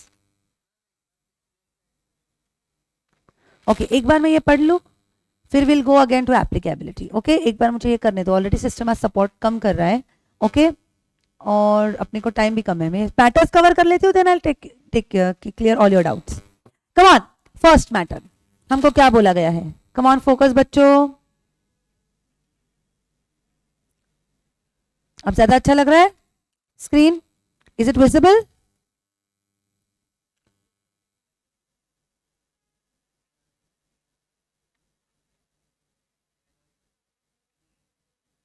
Yes, come on, without wasting time. पहला मैटर, फिक्स्ड एसेट्स। क्या बोला गया है फिक्स्ड एसेट्स के केस में? एन ऑडिटर, ध्यान रखो, कारो में हमको क्या चेक करना है कि ऑडिटर इन 16 मैटर्स के बारे में हम ऑडिट रिपोर्ट में रिपोर्ट करे। पहला मैटर फिक्स्ड एसेट्स, पहला matter fixed assets. Fixed assets के केस में क्या बोला गया है? Whether the company is maintaining proper records, मतलब हमको किस पे रिपोर्ट करना है कि फिक्स्ड एसेट्स का प्रॉपर कंपनी रिकॉर्ड मेंटेन कर रही है क्या, फिक्स्ड एसेट रजिस्टर मेंटेन कर रही है क्या, जिसमें क्या होना चाहिए? Full particulars including quantitative details and situation of fixed assets. Okay, मतलब सबसे पहले ऑडिटर को फिक्स्ड एसेट्स पे क्या रिपोर्ट करना है? ओके, यस, कि उसने प्रॉपर रिकॉर्ड्स कंपनी ने मेंटेन किए हैं कि नहीं। जब हम प्रॉपर रिकॉर्ड्स की बात कर रहे हैं तो इसमें 3 चीजें होनी चाहिए। फुल डिटेल्स, बराबर है कि नहीं? राइट, साथ साथ लिखना है, आप लिख सकते हो। फुल डिटेल्स, साथ ही क्वांटिटेटिव डिटेल्स भी चाहिए, and situation. Why situation? Why situation? कौन सा asset? They are not asking for what is the condition of fixed assets, situation मतलब लोकेशन। ओके, एक दिन क्या हुआ था, एक केस, बकायदा ये केस हुआ है, एक कंपनी, मतलब इंडिया के इंडियंस को भाई सलाम है, सलाम। एक एक इंसान को लोन चाहिए था, ओके। अब लोन चाहिए तो कुछ दिखना भी तो चाहिए ना कि आपका फैक्ट्री है, आपके पास एसेट्स है, ये है वो है। एक इंसान को लोन चाहिए था, उसने क्या किया, उसने क्या किया, अपने जैसे, देख उसको पता है कि मैं आज नहीं तो कल कुछ तो फ्रॉड करूंगा, मतलब कुछ ना कुछ झोल तो करूंगा, इसलिए उसने अपने इंडस्ट्री के 2-4 दोस्त बना रखे थे। और दोस्ती इतनी गहरी कि कल बैंक विजिट के लिए आने वाली है और आज अचानक से फैक्ट्री में 10 मशीनें, 2 इसने भेजी, 2 उसने भेजी, 2 उसने भेजी, 3 इसने भेजी, राइट। हरा भरा एकदम कंपनी है। बैंक आया, बैंक खुश, बैंक ने लोन दिया, जिस दिन डिस्पर्स किया पूरा के पूरा पैसा निकाला और ओनर फरार। समझ में आया? Yes yes, do you understand? इसलिए अब reporting, situation of fixed assets को रिपोर्ट करो। Do you understand? Yes, okay. तो प्रॉपर रिकॉर्ड्स मेंटेन किए हैं कि नहीं। साथ में इन फिक्स एसेट्स का ऑडिटर को क्या करना है, फिजिकल वेरिफिकेशन, क्योंकि क्या हम फिक्स एसेट्स को फिजिकली वेरीफाई कर सकते हैं? हाँ, तो ऑडिटर को उसका क्या करना है, फिजिकल वेरिफिकेशन। साथ ही साथ नोट्स में लिखोगे तो अच्छा रहेगा। Summary you can write it here, यहाँ पे जगह है ना, मैंने जानबूझ के जगह दी है वहां पे ताकि आप पॉइंटर्स लिख सको। By the management whether these fixed assets have been physically verified by management at reasonable intervals। अब ये फिजिकल वेरिफिकेशन किसने करना है, मैनेजमेंट ने करना है, ब्रैकेट में management. whether any material discrepancy is noticed, if so whether they have been properly dealt with in books of accounts। मतलब इन फिजिकल वेरिफिकेशन करने के बाद आपको क्या करना है, मटीरियल डिस्क्रिपेंसीज है या नहीं है, ओके। मटीरियल डिस्क्रिपेंसीज है या नहीं है, अगर है तो बुक्स ऑफ अकाउंट्स में इसको कैसे डील किया है, अगर नहीं है तो भाई अच्छा ही है, हाँ या ना, ओके। यस, थर्ड पॉइंट क्या बोलता है, whether the title deeds of immovable properties are in the name of the company, if not provide the details thereof. मतलब यहां पे जो इमूवेबल प्रॉपर्टीज है, ओके, जो इमूवेबल प्रॉपर्टीज है ये आपके है, ये कहां से पता चलता है, टाइटल डीड से, बराबर है ना। Yes, okay. अब ये टाइटल डीड्स किसके नाम पे होने चाहिए, नेम ऑफ कंपनी, हाँ या ना, ठीक है, ओके। अगर है तो बहुत अच्छे, अगर नहीं है तो आपको इनके डिटेल्स देने हैं आपके ऑडिट रिपोर्ट में। समझ में आ रहा है? यस एवरीवन, ओके, ठीक है। ये है fix assets. Come on everyone, let's revise.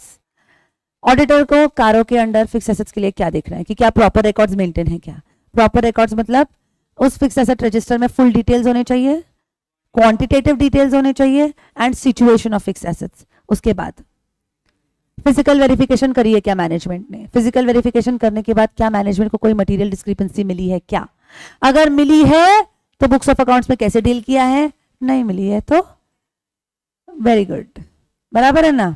Yes, then immovable property, अगर इमूवेबल प्रॉपर्टी है कंपनी के पास तो उसकी कंपनी के पास उसके टाइटल डीड्स होने चाहिए, अगर कंपनी, और वो title deeds name of company के होने चाहिए, अगर है तो जय भोलेनाथ, नो प्रॉब्लम, नहीं है तो क्या, डिटेल्स तो ऑडिट रिपोर्ट में, क्लियर, ओके। चलते हैं अगले पॉइंट की तरफ, inventory, okay, yes, inventory, okay. Inventory के केस में क्या बोला है, वेदर फिजिकल वेरिफिकेशन करती है मैनेजमेंट, क्योंकि इन्वेंट्री मैनेजमेंट चेक कर सकती है फिजिकली, ओके। तो पहला point physical verification, okay, yes, किसने करना है, मैनेजमेंट ने करना है, ओके। कब करना है, रेगुलर इंटरवल्स पे करना है, सही है, ओके। देन अगर इसमें कोई मटेरियल डिस्क्रिपेंसी आई,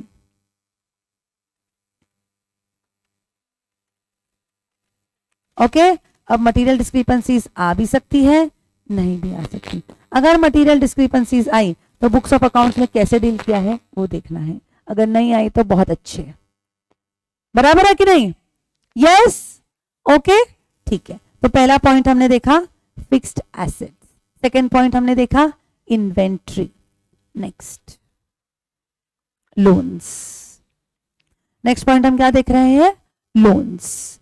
अब यहां पे वो कौन से लोन्स की बात कर रहे हैं? कौन से loans? Come on, loans which are given, granted by the company. Okay, तो यहां पे हम लोग लिख लेते हैं कि first point loans given, yes, under section 189। अगर आप लोगों को याद होगा तो मैंने आप लोगों को ऑलरेडी पावर्स एंड ड्यूटीज के वक्त बोला है कि बोर्ड ऑफ डायरेक्टर्स के पास राइट होता है to give loans, right? Okay, yes. तो यहां पे हमको क्या देखना है कि जो लोन्स दिए गए हैं अंडर सेक्शन 189, ओके, उनके टर्म्स एंड कंडीशंस प्रिजुडिशियल तो नहीं है ना, तो इसके under terms and condition, yes, not prejudicial, बराबर है ना, नहीं होने चाहिए, बराबर है ना। फिर next, schedule of repayment of principal and interest has been stipulated. Okay, मतलब आपको यहां पे लोन देते वक्त रीपेमेंट शेड्यूल स्टिपुलेट करना है, किसका? तो प्रिंसिपल का कि इंटरेस्ट का? Principal plus interest.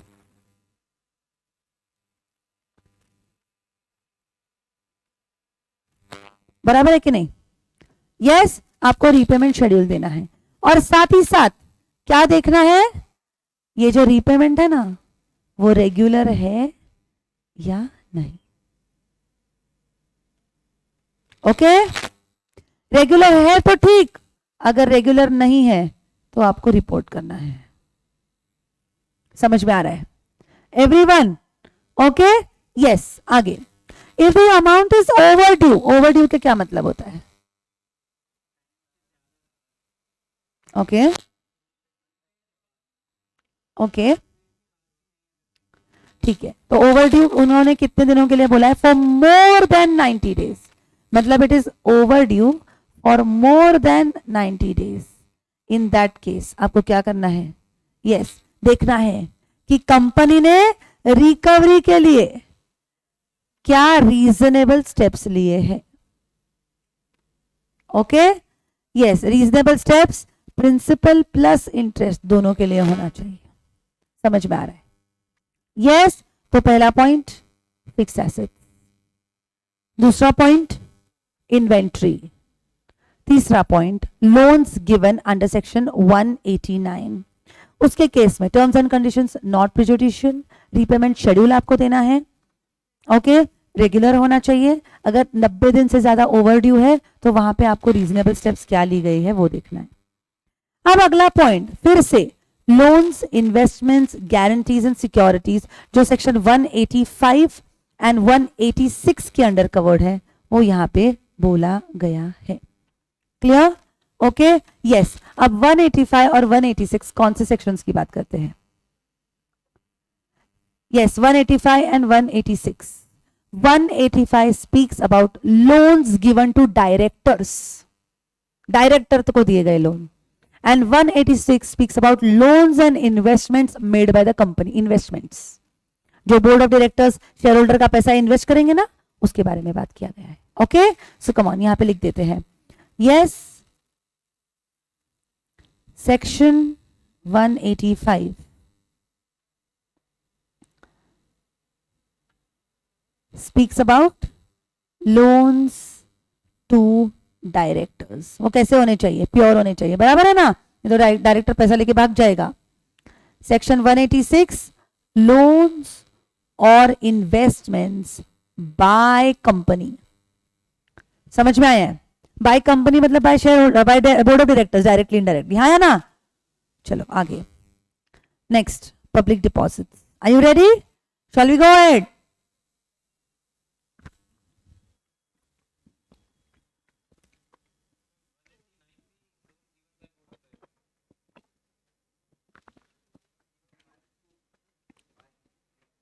और 186 का कितना ब्रॉड कैटेगरी है?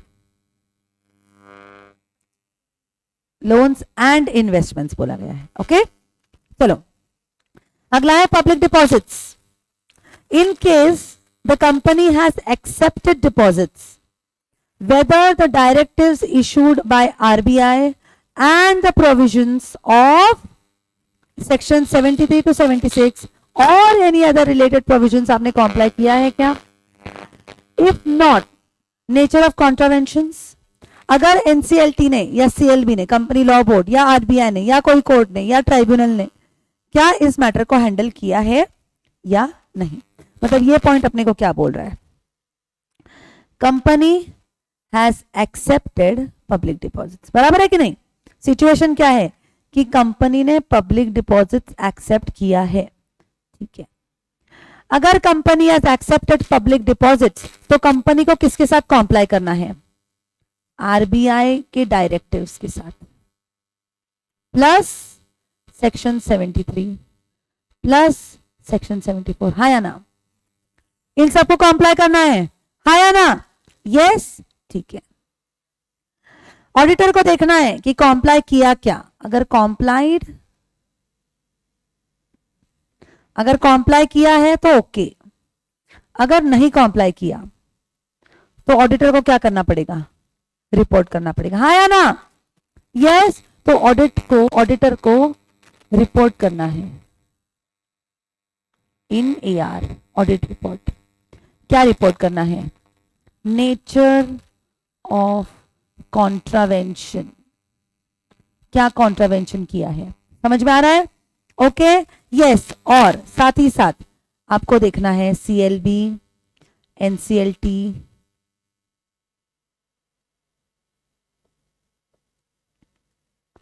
किसी कोर्ट या किसी ट्राइब्यूनल या RBI का जो ऑर्डर है, ओके, यस, किसने ऑर्डर पास किया है क्या, बराबर है कि नहीं?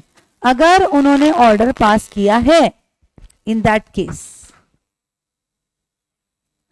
कॉम्प्लाइड, नॉट कॉम्प्लाइड। अगर कॉम्प्लाई किया है तो ओके, अगर नॉट कॉम्प्लाई किया है तो फिर से रिपोर्ट करो।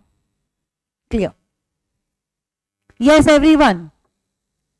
यस, कंपनी ने अगर पब्लिक डिपॉजिट एक्सेप्ट किया है तो उसको कॉम्प्लाई करना पड़ेगा किसको? आरबीआई डायरेक्टिव्स को, सेक्शन 73, सेक्शन 74। कॉम्प्लाई किया, गुड, नहीं कॉम्प्लाई किया, रिपोर्ट करो। साथ ही साथ अगर NCLT, CLB, RBI, court, tribunal ने कोई ऑर्डर पास किया है तो आपने कॉम्प्लाई किया है तो ओके, नहीं किया तो रिपोर्ट करो। क्लियर? Okay, yes. चलो अगले आगे चलते हैं। Cost record. कॉस्ट रिकॉर्ड में हमने क्या देखा? सेक्शन 148(1) के हिसाब से आपने कॉस्ट रिकॉर्ड्स मेंटेन करे हैं या नहीं, ये ऑडिटर को चेक करना है। क्लियर? Okay, yes. फिर next statutory dues. Yes, statutory dues.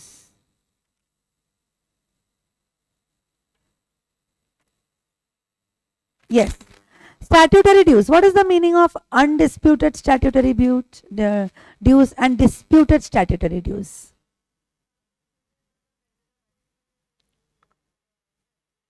Okay. Case चल रहा है, इनकम टैक्स अथॉरिटीज बोलते हैं इतना टैक्स पे करो, हम बोलते हैं नहीं हम इतना नहीं पे करने वाले। That is disputed tax, statutory due. Okay, PF का कैलकुलेशन है, कुछ भी कर लो आप, हाथ पैर मार लो, ऊपर से छलांग लगा दो तो भी पीएफ का कैलकुलेशन उतना ही रहने का। दैट इज अनडिस्प्यूटेड, जो है वो आपको पे करना है। Do you understand? Okay, yes. तो यहां पे उन्होंने क्या बोला है कि जो स्टैट्यूटरी ड्यूज है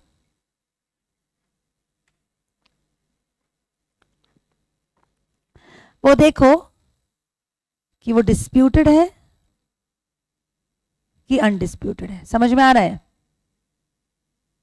यस गाइस, अगर वो डिस्प्यूटेड है, ओके, यस, अगर वो डिस्प्यूटेड है तो आपको देखना है कि अमाउंट कितना है, ओके, और कौन से फोरम पे आपका केस चल रहा है, मतलब किसके साथ आप भिड़ चुके हो, कौन से अथॉरिटी के साथ आप लड़ रहे हो।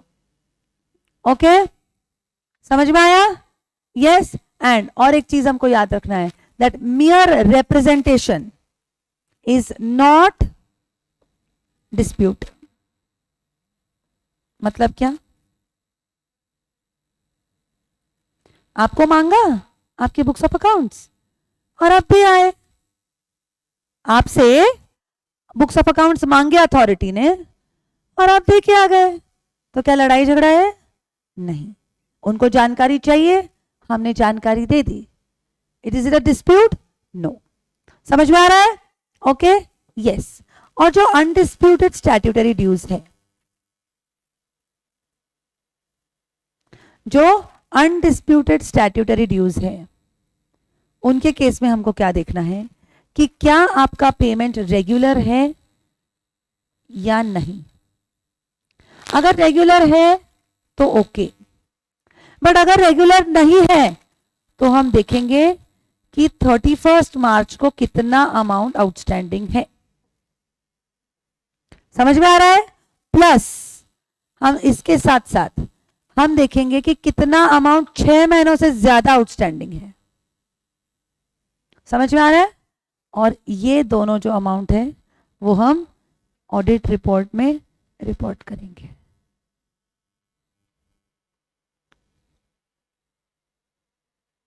Clear everyone?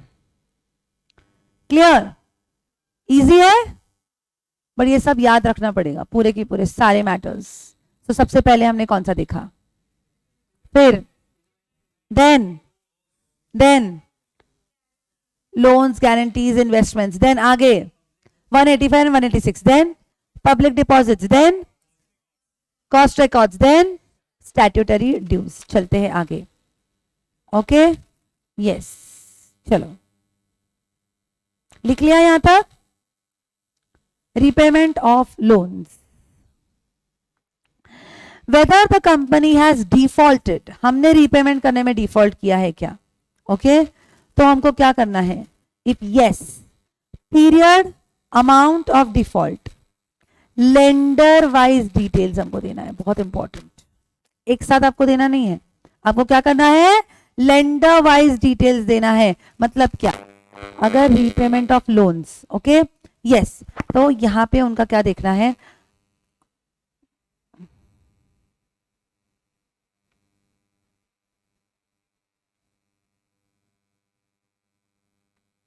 यस, हमको क्या देखना है?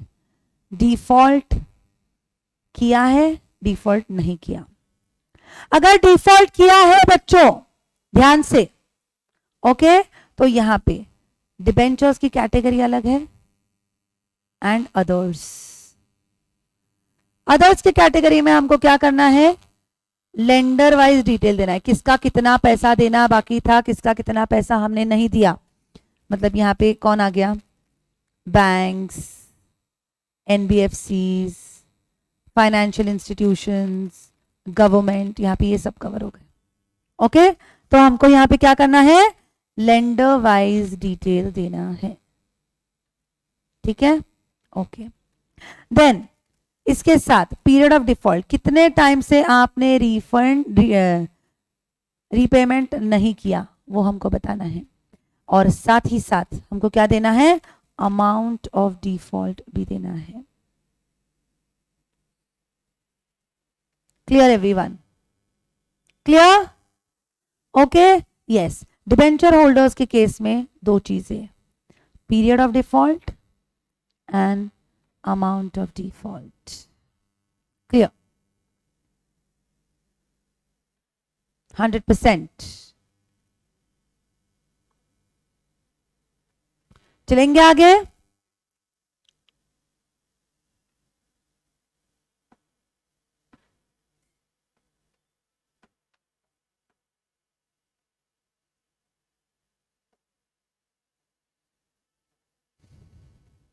चलेंगे फर्दर।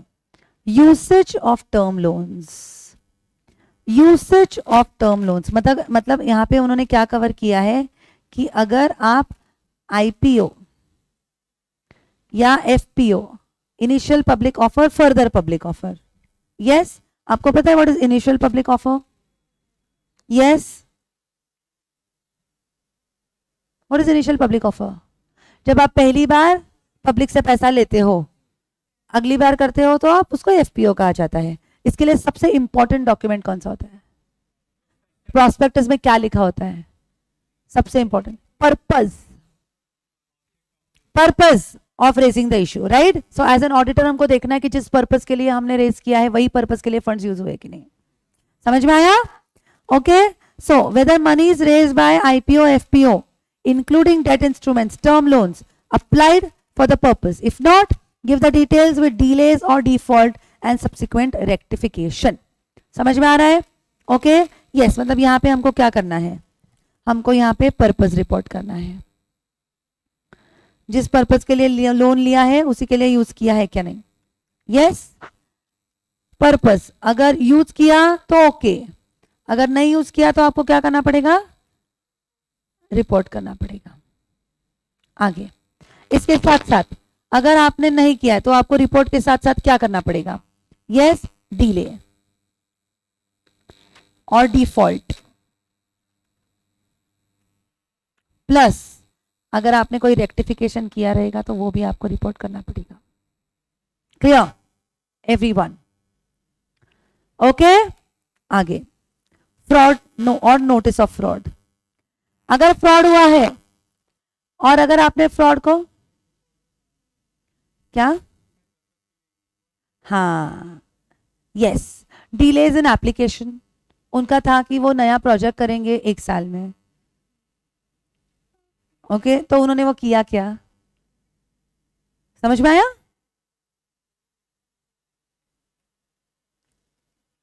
चलेंगे आगे. Fraud, notice of fraud. Okay, where any fraud on or by the company, very important, very important. On मतलब फ्रॉड कंपनी पे हुआ है या फ्रॉड कंपनी ने किया है. ऑन और bye the company, very important. समझ में आ रहा है? ठीक है. नोटिस्ड और रिपोर्टेड रहा तो यस, तो आपको क्या देना है, नेचर, कौन से नेचर का फ्रॉड हुआ और कितने अमाउंट का फ्रॉड हुआ आपको रिपोर्ट करना पड़ेगा. Clear everyone? ओके. यस, ये बहुत ज्यादा इंपॉर्टेंट है, ध्यान रखना. ऑन और बाय द कंपनी. चलेंगे आगे. मैनेजरियल रेम्यूनरेशन पढ़ा है आप लोगों ने, कौन से सेक्शन के अंडर?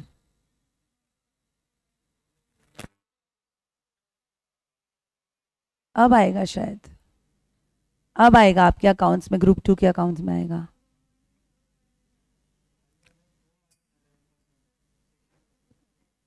ओके, तो ये तो पता है ना, 11% ऑफ नेट प्रॉफिट्स मैक्सिमम, उसमें 1 होल टाइम डायरेक्टर, बहुत सारी चीजें हैं. बराबर है कि नहीं? अब याद आया क्या?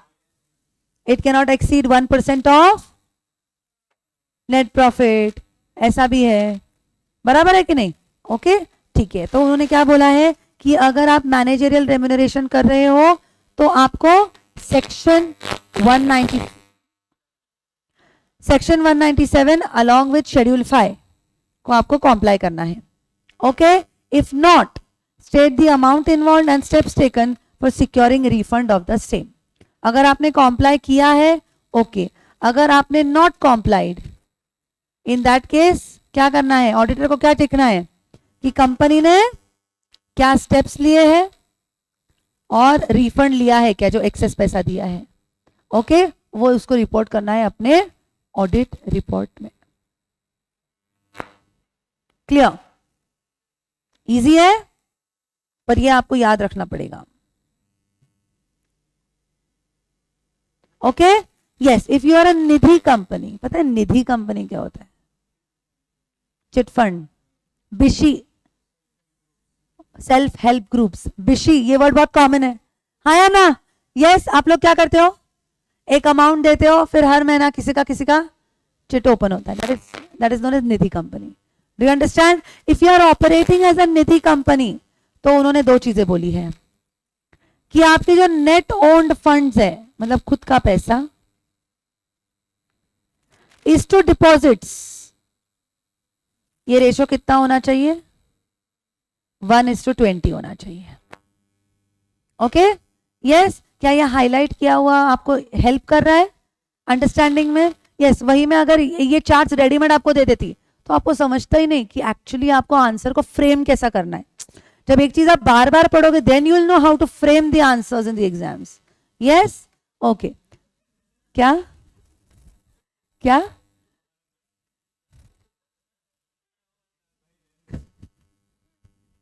Net owned funds is to deposits कितना होना चाहिए? 1:20. और उन्होंने क्या बोला है कि 10% शुड बी इन अनएनकम्बर्ड. एक मिनट, मैंने स्पेलिंग मिस्टेक कर दी. यस,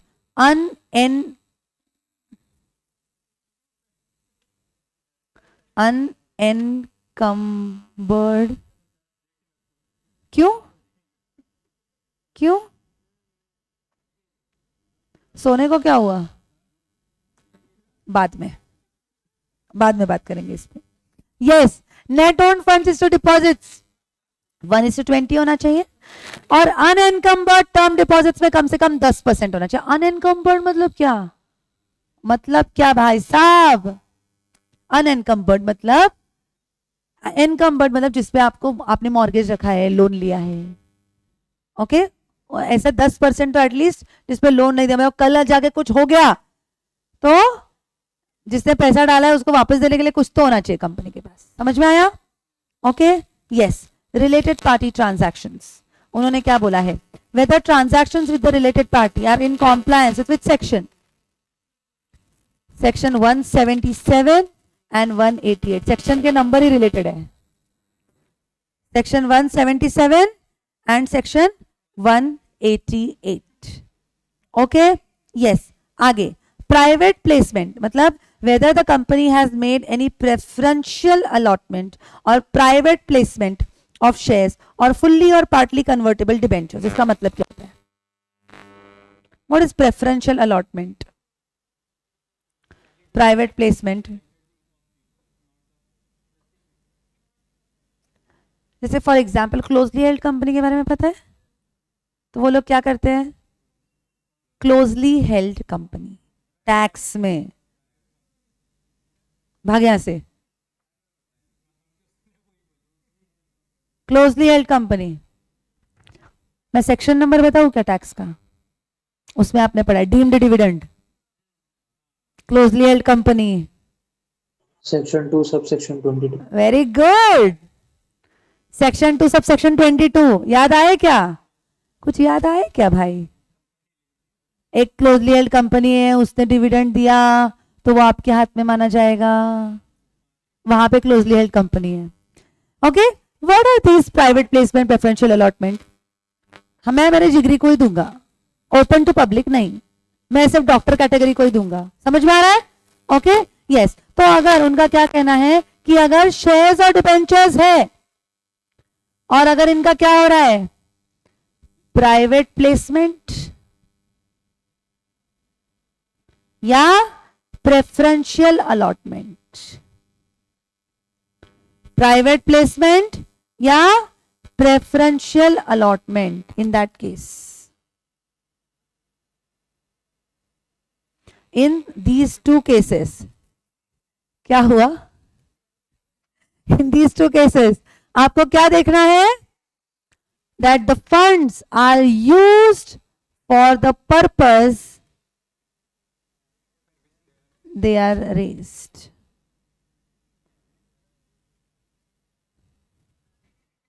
समझे हैं क्या?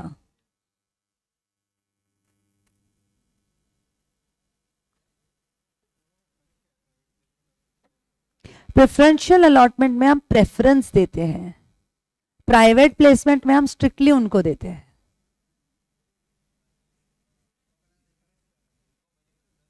राइट शेयर्स और इक्विटी शेयर्स में जो फर्क है वो इधर है.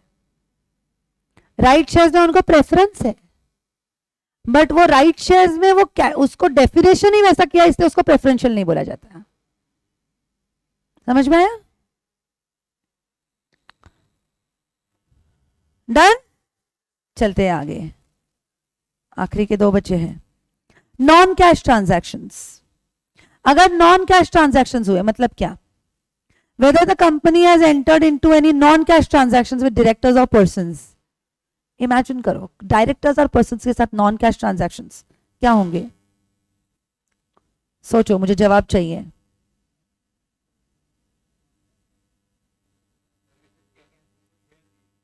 Yes, very good. तू तेरा प्रॉपर्टी दे, तेरे को मैं क्या करता हूँ, मतलब से डायरेक्टर को पैसा शेयर्स लेना है, पैसा नहीं है, वो क्या बोलता है, आप मेरी प्रॉपर्टी लो, मुझे शेयर्स दो। समझ में आया? Yes. So non cash transactions with directors और एनी पर्सन्स। इससे मुझे कुछ तो याद आया, shares issued for consideration other than cash, right? F F A two F for cash, याद आया? Okay, yes. So non cash transactions, directors या एनी पर्सन अंडर सेक्शन 192 आपको कॉम्प्लाई करना है। कॉम्प्लाई किया ठीक, नहीं किया रिपोर्ट करो। ओके, किया है तो लिखने की जरूरत नहीं है, नहीं किया तो हाईलाइट करो। आगे एनबीएफसी, एनबीएफसी के लिए उन्होंने क्या बोला है यहाँ पे, NBFC with the company is required to be registered under section 45(1)(a) of RBI act 1934। तो रजिस्ट्रेशन आपको लेना पड़ेगा। कौन सा सेक्शन बोला है, सेक्शन नंबर याद रखना है, हाँ, section 45(1)(a) of RBI act 1934। Clear everybody? 100%? Okay, yes. आगे उनका क्या कहना है, where in the auditors report the answer is unfavourable और क्वालिफाइड। अगर सब जगह कर रहे हो कॉम्प्लाई तो ओके, अगर नहीं किया अनफेवरेबल क्वालिफाइड तो हम रिपोर्ट करेंगे ऑडिट रिपोर्ट में। समझ में आया? Okay, yes. Where the auditor is unable to express opinion his report shall indicate such fact and reasons. Okay, आगे मैंने आपको समरी दी है ताकि आपको अच्छे से समझ पाए, आपके बुक में ही दी है। ओके, जानबूझ के मैंने आपको पहले नहीं दिखाया, वरना you would not have written this. Shit, हमारी मेहनत। Okay, yes, done, yes. I know मैंने थोड़ा सा ज्यादा टाइम लिया है आपका, तो मैं आज आपको फोटो निकाल के लेके जाने की परमिशन दूंगी, बट आपको ये चार्ट्स नोटबुक में लिख के आना है। मैंने जिस हिसाब से टाइम दिया है, यू अंडरस्टैंड कि कितना इंपॉर्टेंट है?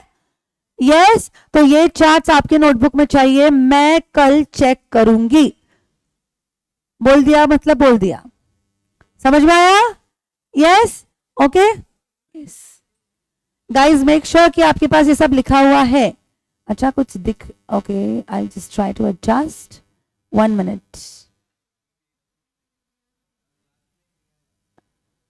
कर रही हूं।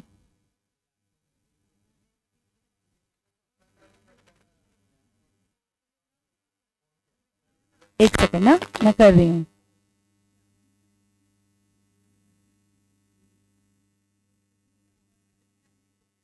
पता नहीं अभी क्यों नहीं आ रहा है, देख लो आप लोग, कर लो। Okay, done. Next, next photo.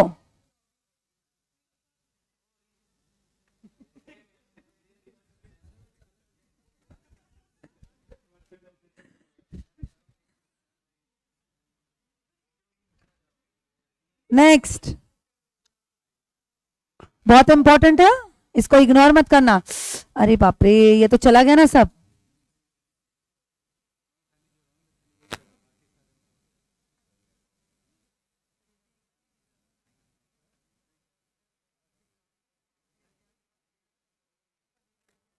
अब लेना पिक्चर।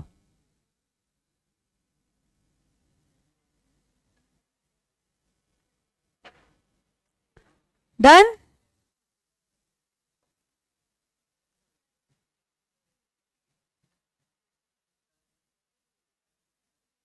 चलो लास्ट, इसमें बाकी का नीचे कुछ नहीं लिखना है तो ठीक है, लिखा तो अच्छा ही है वो, क्योंकि कब कौन से प्रकार का क्वेश्चन आ जाए।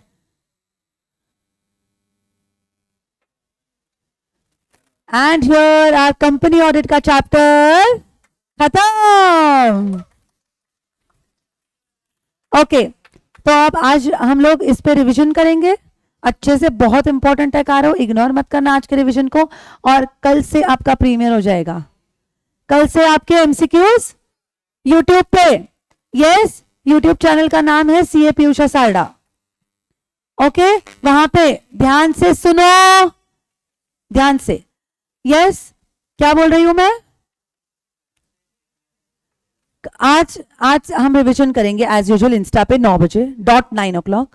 कल से इंस्टा रिवीजन रहेगा 9 बजे और 9-9:10 तक अपना हो जाता है रिवीजन, और उसके बाद इमीडिएटली 9:15 बजे यूट्यूब पे MCQs 10 MCQs on company audit every day, अगला चैप्टर खत्म होने तक। क्लियर? ओके, यस, चलो, see you, bye bye, take care. Previous slide दिखाऊं? कौन सी previous slide? Yes Anurag? Yes, ma'am. Done. Done? Okay, चलो, बाय बाय गाइस।